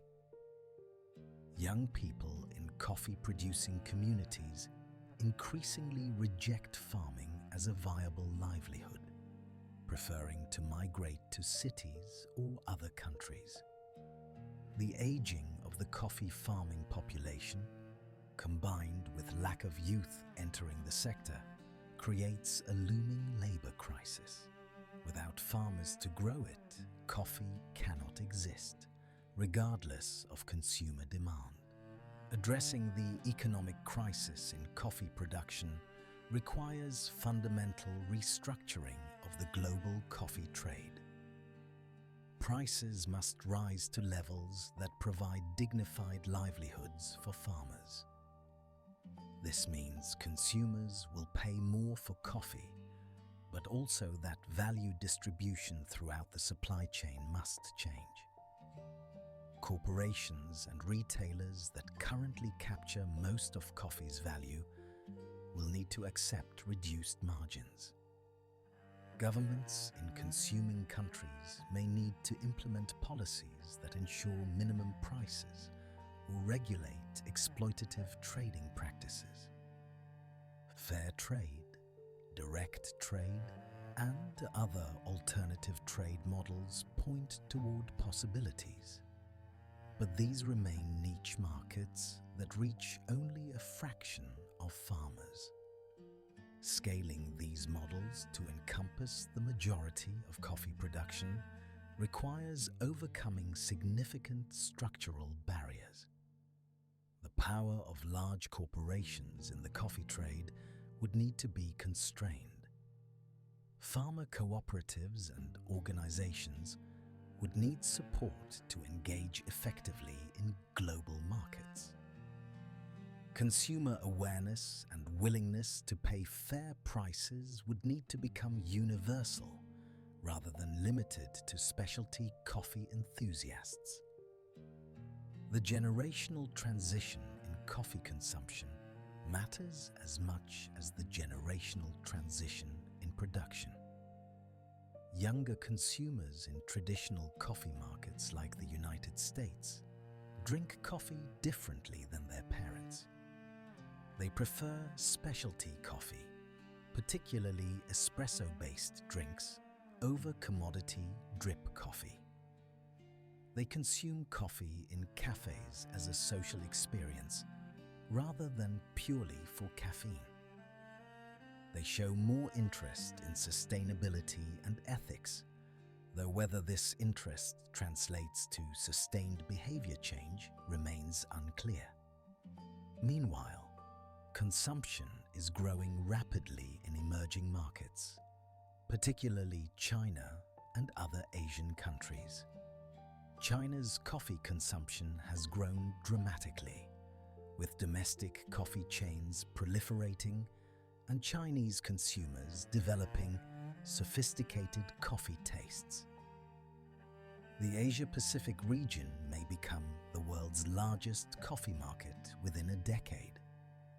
This geographic shift in consumption patterns will influence what coffees are produced and how they are marketed. Coffee's health effects continue to generate research and debate. Current evidence suggests moderate coffee consumption has health benefits, including reduced risk of certain cancers, cardiovascular disease, and neurodegenerative diseases.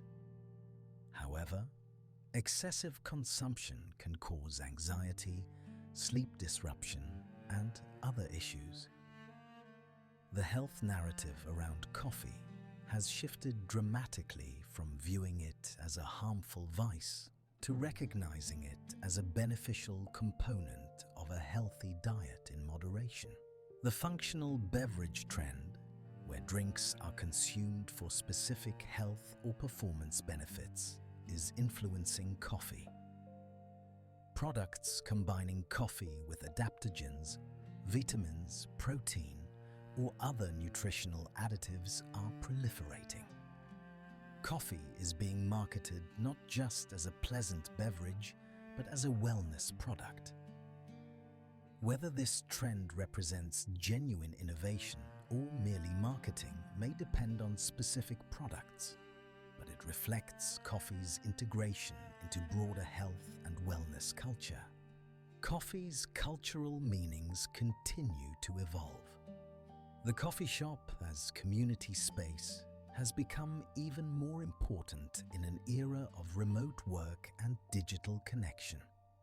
Coffee shops provide infrastructure for remote workers and environments for in-person social interaction that seems increasingly valued in a digitally mediated world. The role of coffee shops in urban culture as anchors of neighborhoods and facilitators of community may grow more important even as the specific coffee they serve becomes less central. The sustainability imperative is reshaping coffee production and trade. Consumers, particularly younger ones, increasingly demand that products they purchase align with environmental and social values. This creates market pressure for sustainable coffee production, though what sustainability means and how it is verified remain contested. Regenerative agriculture, which emphasizes building soil health and ecosystem function, rather than merely sustaining current conditions, represents an emerging framework for sustainable coffee production that could address multiple challenges simultaneously. Technological innovation will continue transforming coffee at all stages. Precision agriculture, artificial intelligence for quality prediction, blockchain for supply chain transparency, and advanced processing techniques will enhance efficiency and quality. However, technology alone cannot solve coffee's fundamental challenges. The most sophisticated roasting equipment cannot create good coffee from poor beans. The most efficient supply chain cannot make an unjust price fair. Technology must serve human and environmental well-being rather than merely maximizing profit. The possible futures for coffee range from catastrophic to transformative. In pessimistic scenarios, climate change and economic unsustainability combine to crash coffee production. Prices spike as supply shrinks, making coffee a luxury product accessible only to the wealthy. Coffee-producing regions face economic devastation as their primary export commodity disappears. The cultural practices and social meanings built around coffee over centuries fade as the beverage becomes inaccessible to ordinary people. In optimistic scenarios, The crisis facing coffee catalyzes necessary transformations. Fair prices provide dignified livelihoods for farmers, attracting youth to coffee farming. Sustainable agricultural practices regenerate degraded lands and provide ecosystem services beyond coffee production. Climate adaptation succeeds in maintaining production levels despite warming. Direct relationships between producers and consumers create equitable value distribution. Coffee remains accessible while also being produced ethically and sustainably. The realistic future likely falls between these extremes. Coffee production will certainly change, with some current producing regions becoming unviable and new regions becoming productive. The distribution of production among countries will shift. Prices will probably rise, perhaps substantially, making coffee more expensive, but hopefully providing better farmer compensation. The volume of coffee available may decline somewhat, though probably not catastrophically, in the next few decades. The quality of coffee available to consumers may bifurcate further. Specialty coffee, produced sustainably at higher cost, but also offering superior flavor, will grow as a market segment. Commodity coffee will persist, but may decline in quality and accessibility as the cheapest production becomes unviable. The middle ground of decent quality, reasonably priced coffee may narrow, forcing consumers to choose between expensive specialty coffee or cheap, low-quality commodity coffee. Coffee's history from Ethiopian highlands to global cafes demonstrates human ingenuity, cultural exchange, and economic dynamism. But that history also reveals exploitation, environmental destruction, and structural inequality. The future of coffee depends on whether the lessons of this complex history inform how coffee's challenges are addressed. Simply continuing current practices will lead to crisis. Transformation requires acknowledging both coffee's value and the costs of producing it. The story of coffee is ultimately the story of global capitalism, with its capacity to create value and connection alongside its tendency toward exploitation and environmental degradation. Coffee connects farmers in the global south to consumers in the global north through vast supply chains that are simultaneously marvels of organization and sources of inequality. Coffee brings pleasure to billions, while often providing inadequate compensation to those who produce it. Resolving these contradictions requires not just technical solutions, but political will and moral commitment. Coffee's future will be determined by choices made in the next few decades. Choices about how to respond to climate change. Choices about how to distribute value among all participants in coffee production and trade. Choices about what kinds of farming systems to promote and what landscapes to preserve. Choices about what consumers are willing to pay and what corporations are willing to accept in reduced profits. Choices about whether coffee remains a daily beverage for the masses or becomes a luxury for the privileged. The dancing goats that began this story could not have imagined where their discovery would lead. The Ethiopian herder who first tasted coffee berries did not foresee global empires built on the plant he found.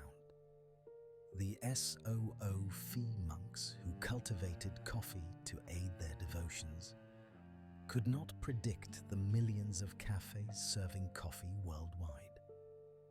The enslaved people who produced coffee on brutal plantations could not have envisioned fair trade and direct relationships. History is made through uncountable actions that accumulate into transformations no one planned.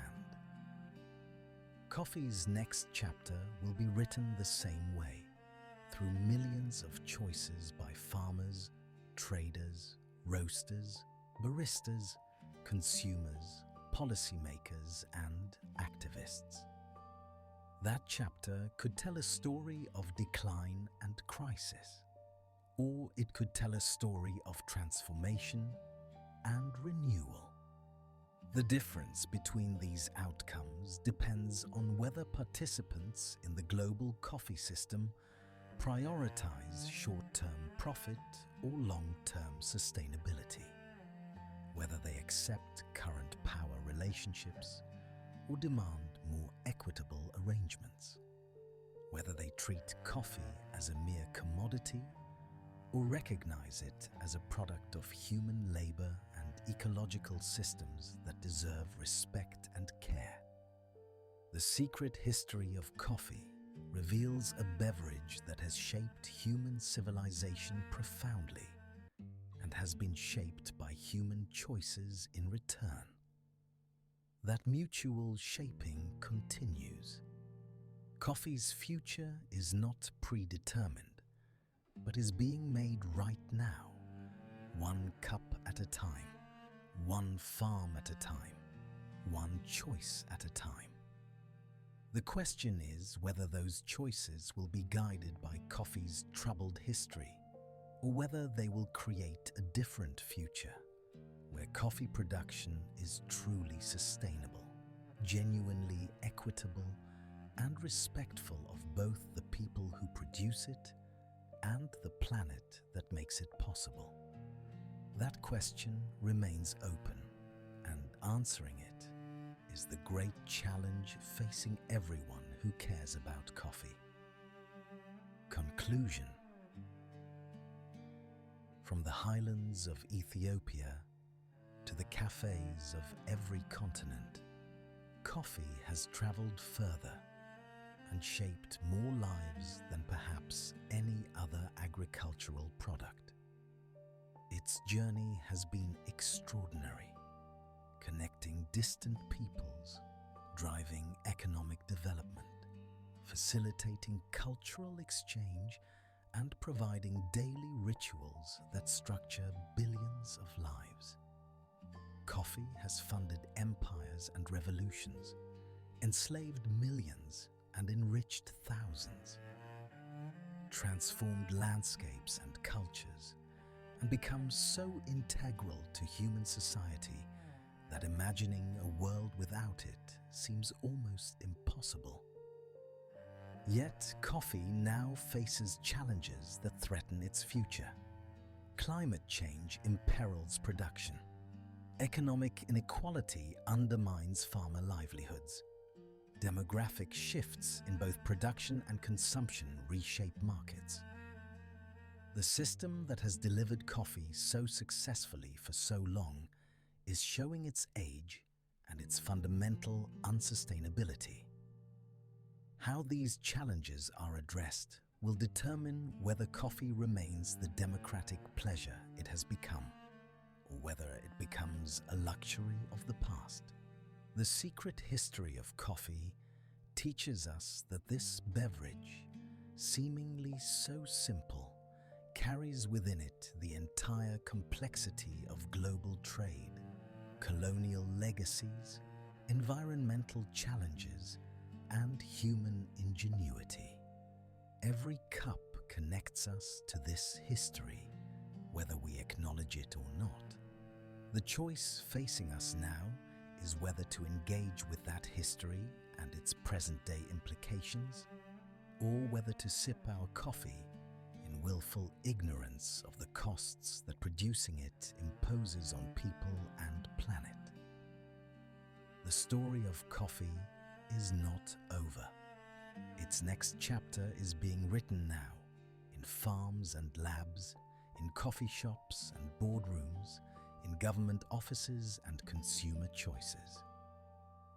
What that chapter will say depends on all of us. Closing, thank you, and next steps.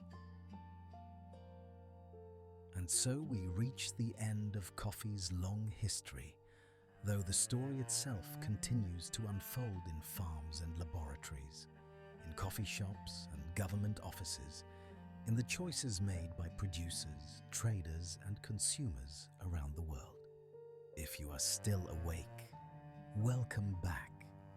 If you drifted to sleep somewhere between Ethiopian goats and Brazilian fazendas, or between Ottoman coffee houses and climate projections, then this content served its purpose. Either outcome represents success here at the Scholarly Sedative. What you have just experienced represents hundreds of hours of research, careful script development, and a commitment to treating complex historical topics with the depth and nuance they deserve. If this approach to educational content resonates with you, if you value history told thoroughly rather than superficially, please consider supporting this channel. Subscribe to the Scholarly Sedative for more carefully researched explorations of science, history, and the remarkable stories of human discovery. We have many more topics planned, from the history of medicine to the story of mathematics, from archaeological discoveries to the mundane objects that shaped civilization. If you found value in tonight's exploration of coffee, a like helps others discover this content. Comments telling us what you learned, what surprised you, or what you would like to explore next help us understand what serves this community best. And sharing this video with someone else who lies awake at night, mind racing through questions and curiosities, helps build this sanctuary for restless intellectual minds. We have already created episodes exploring the history of sleep itself, the discovery of the neuron, the story of antibiotics, and Carl Sagan's cosmos. Each follows this same approach: thorough research, comprehensive coverage, sophisticated presentation designed to engage your mind while calming your thoughts. This is the Scholarly Sedative, where you never have to choose between intellectual curiosity and restful sleep, where careful scholarship meets careful narration, where the requirement is simply curiosity, and the expectation is that knowledge and rest can coexist. Thank you for spending these hours with us, whether you remained conscious for all of them or found peaceful sleep somewhere along the way. We will be here tomorrow night and every night after with another story from the grand archive of human discovery. Until then, rest well, think deeply, and remember that the greatest transformations often begin with the smallest observations. A herder watching goats, a monk seeking focus, a community learning to work with the gifts of their landscape.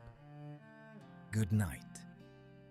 The Scholarly Sedative, a sanctuary for minds that refuse to be quiet. Subscribe for more history, science, and stories designed to satisfy curiosity and calm restless thoughts.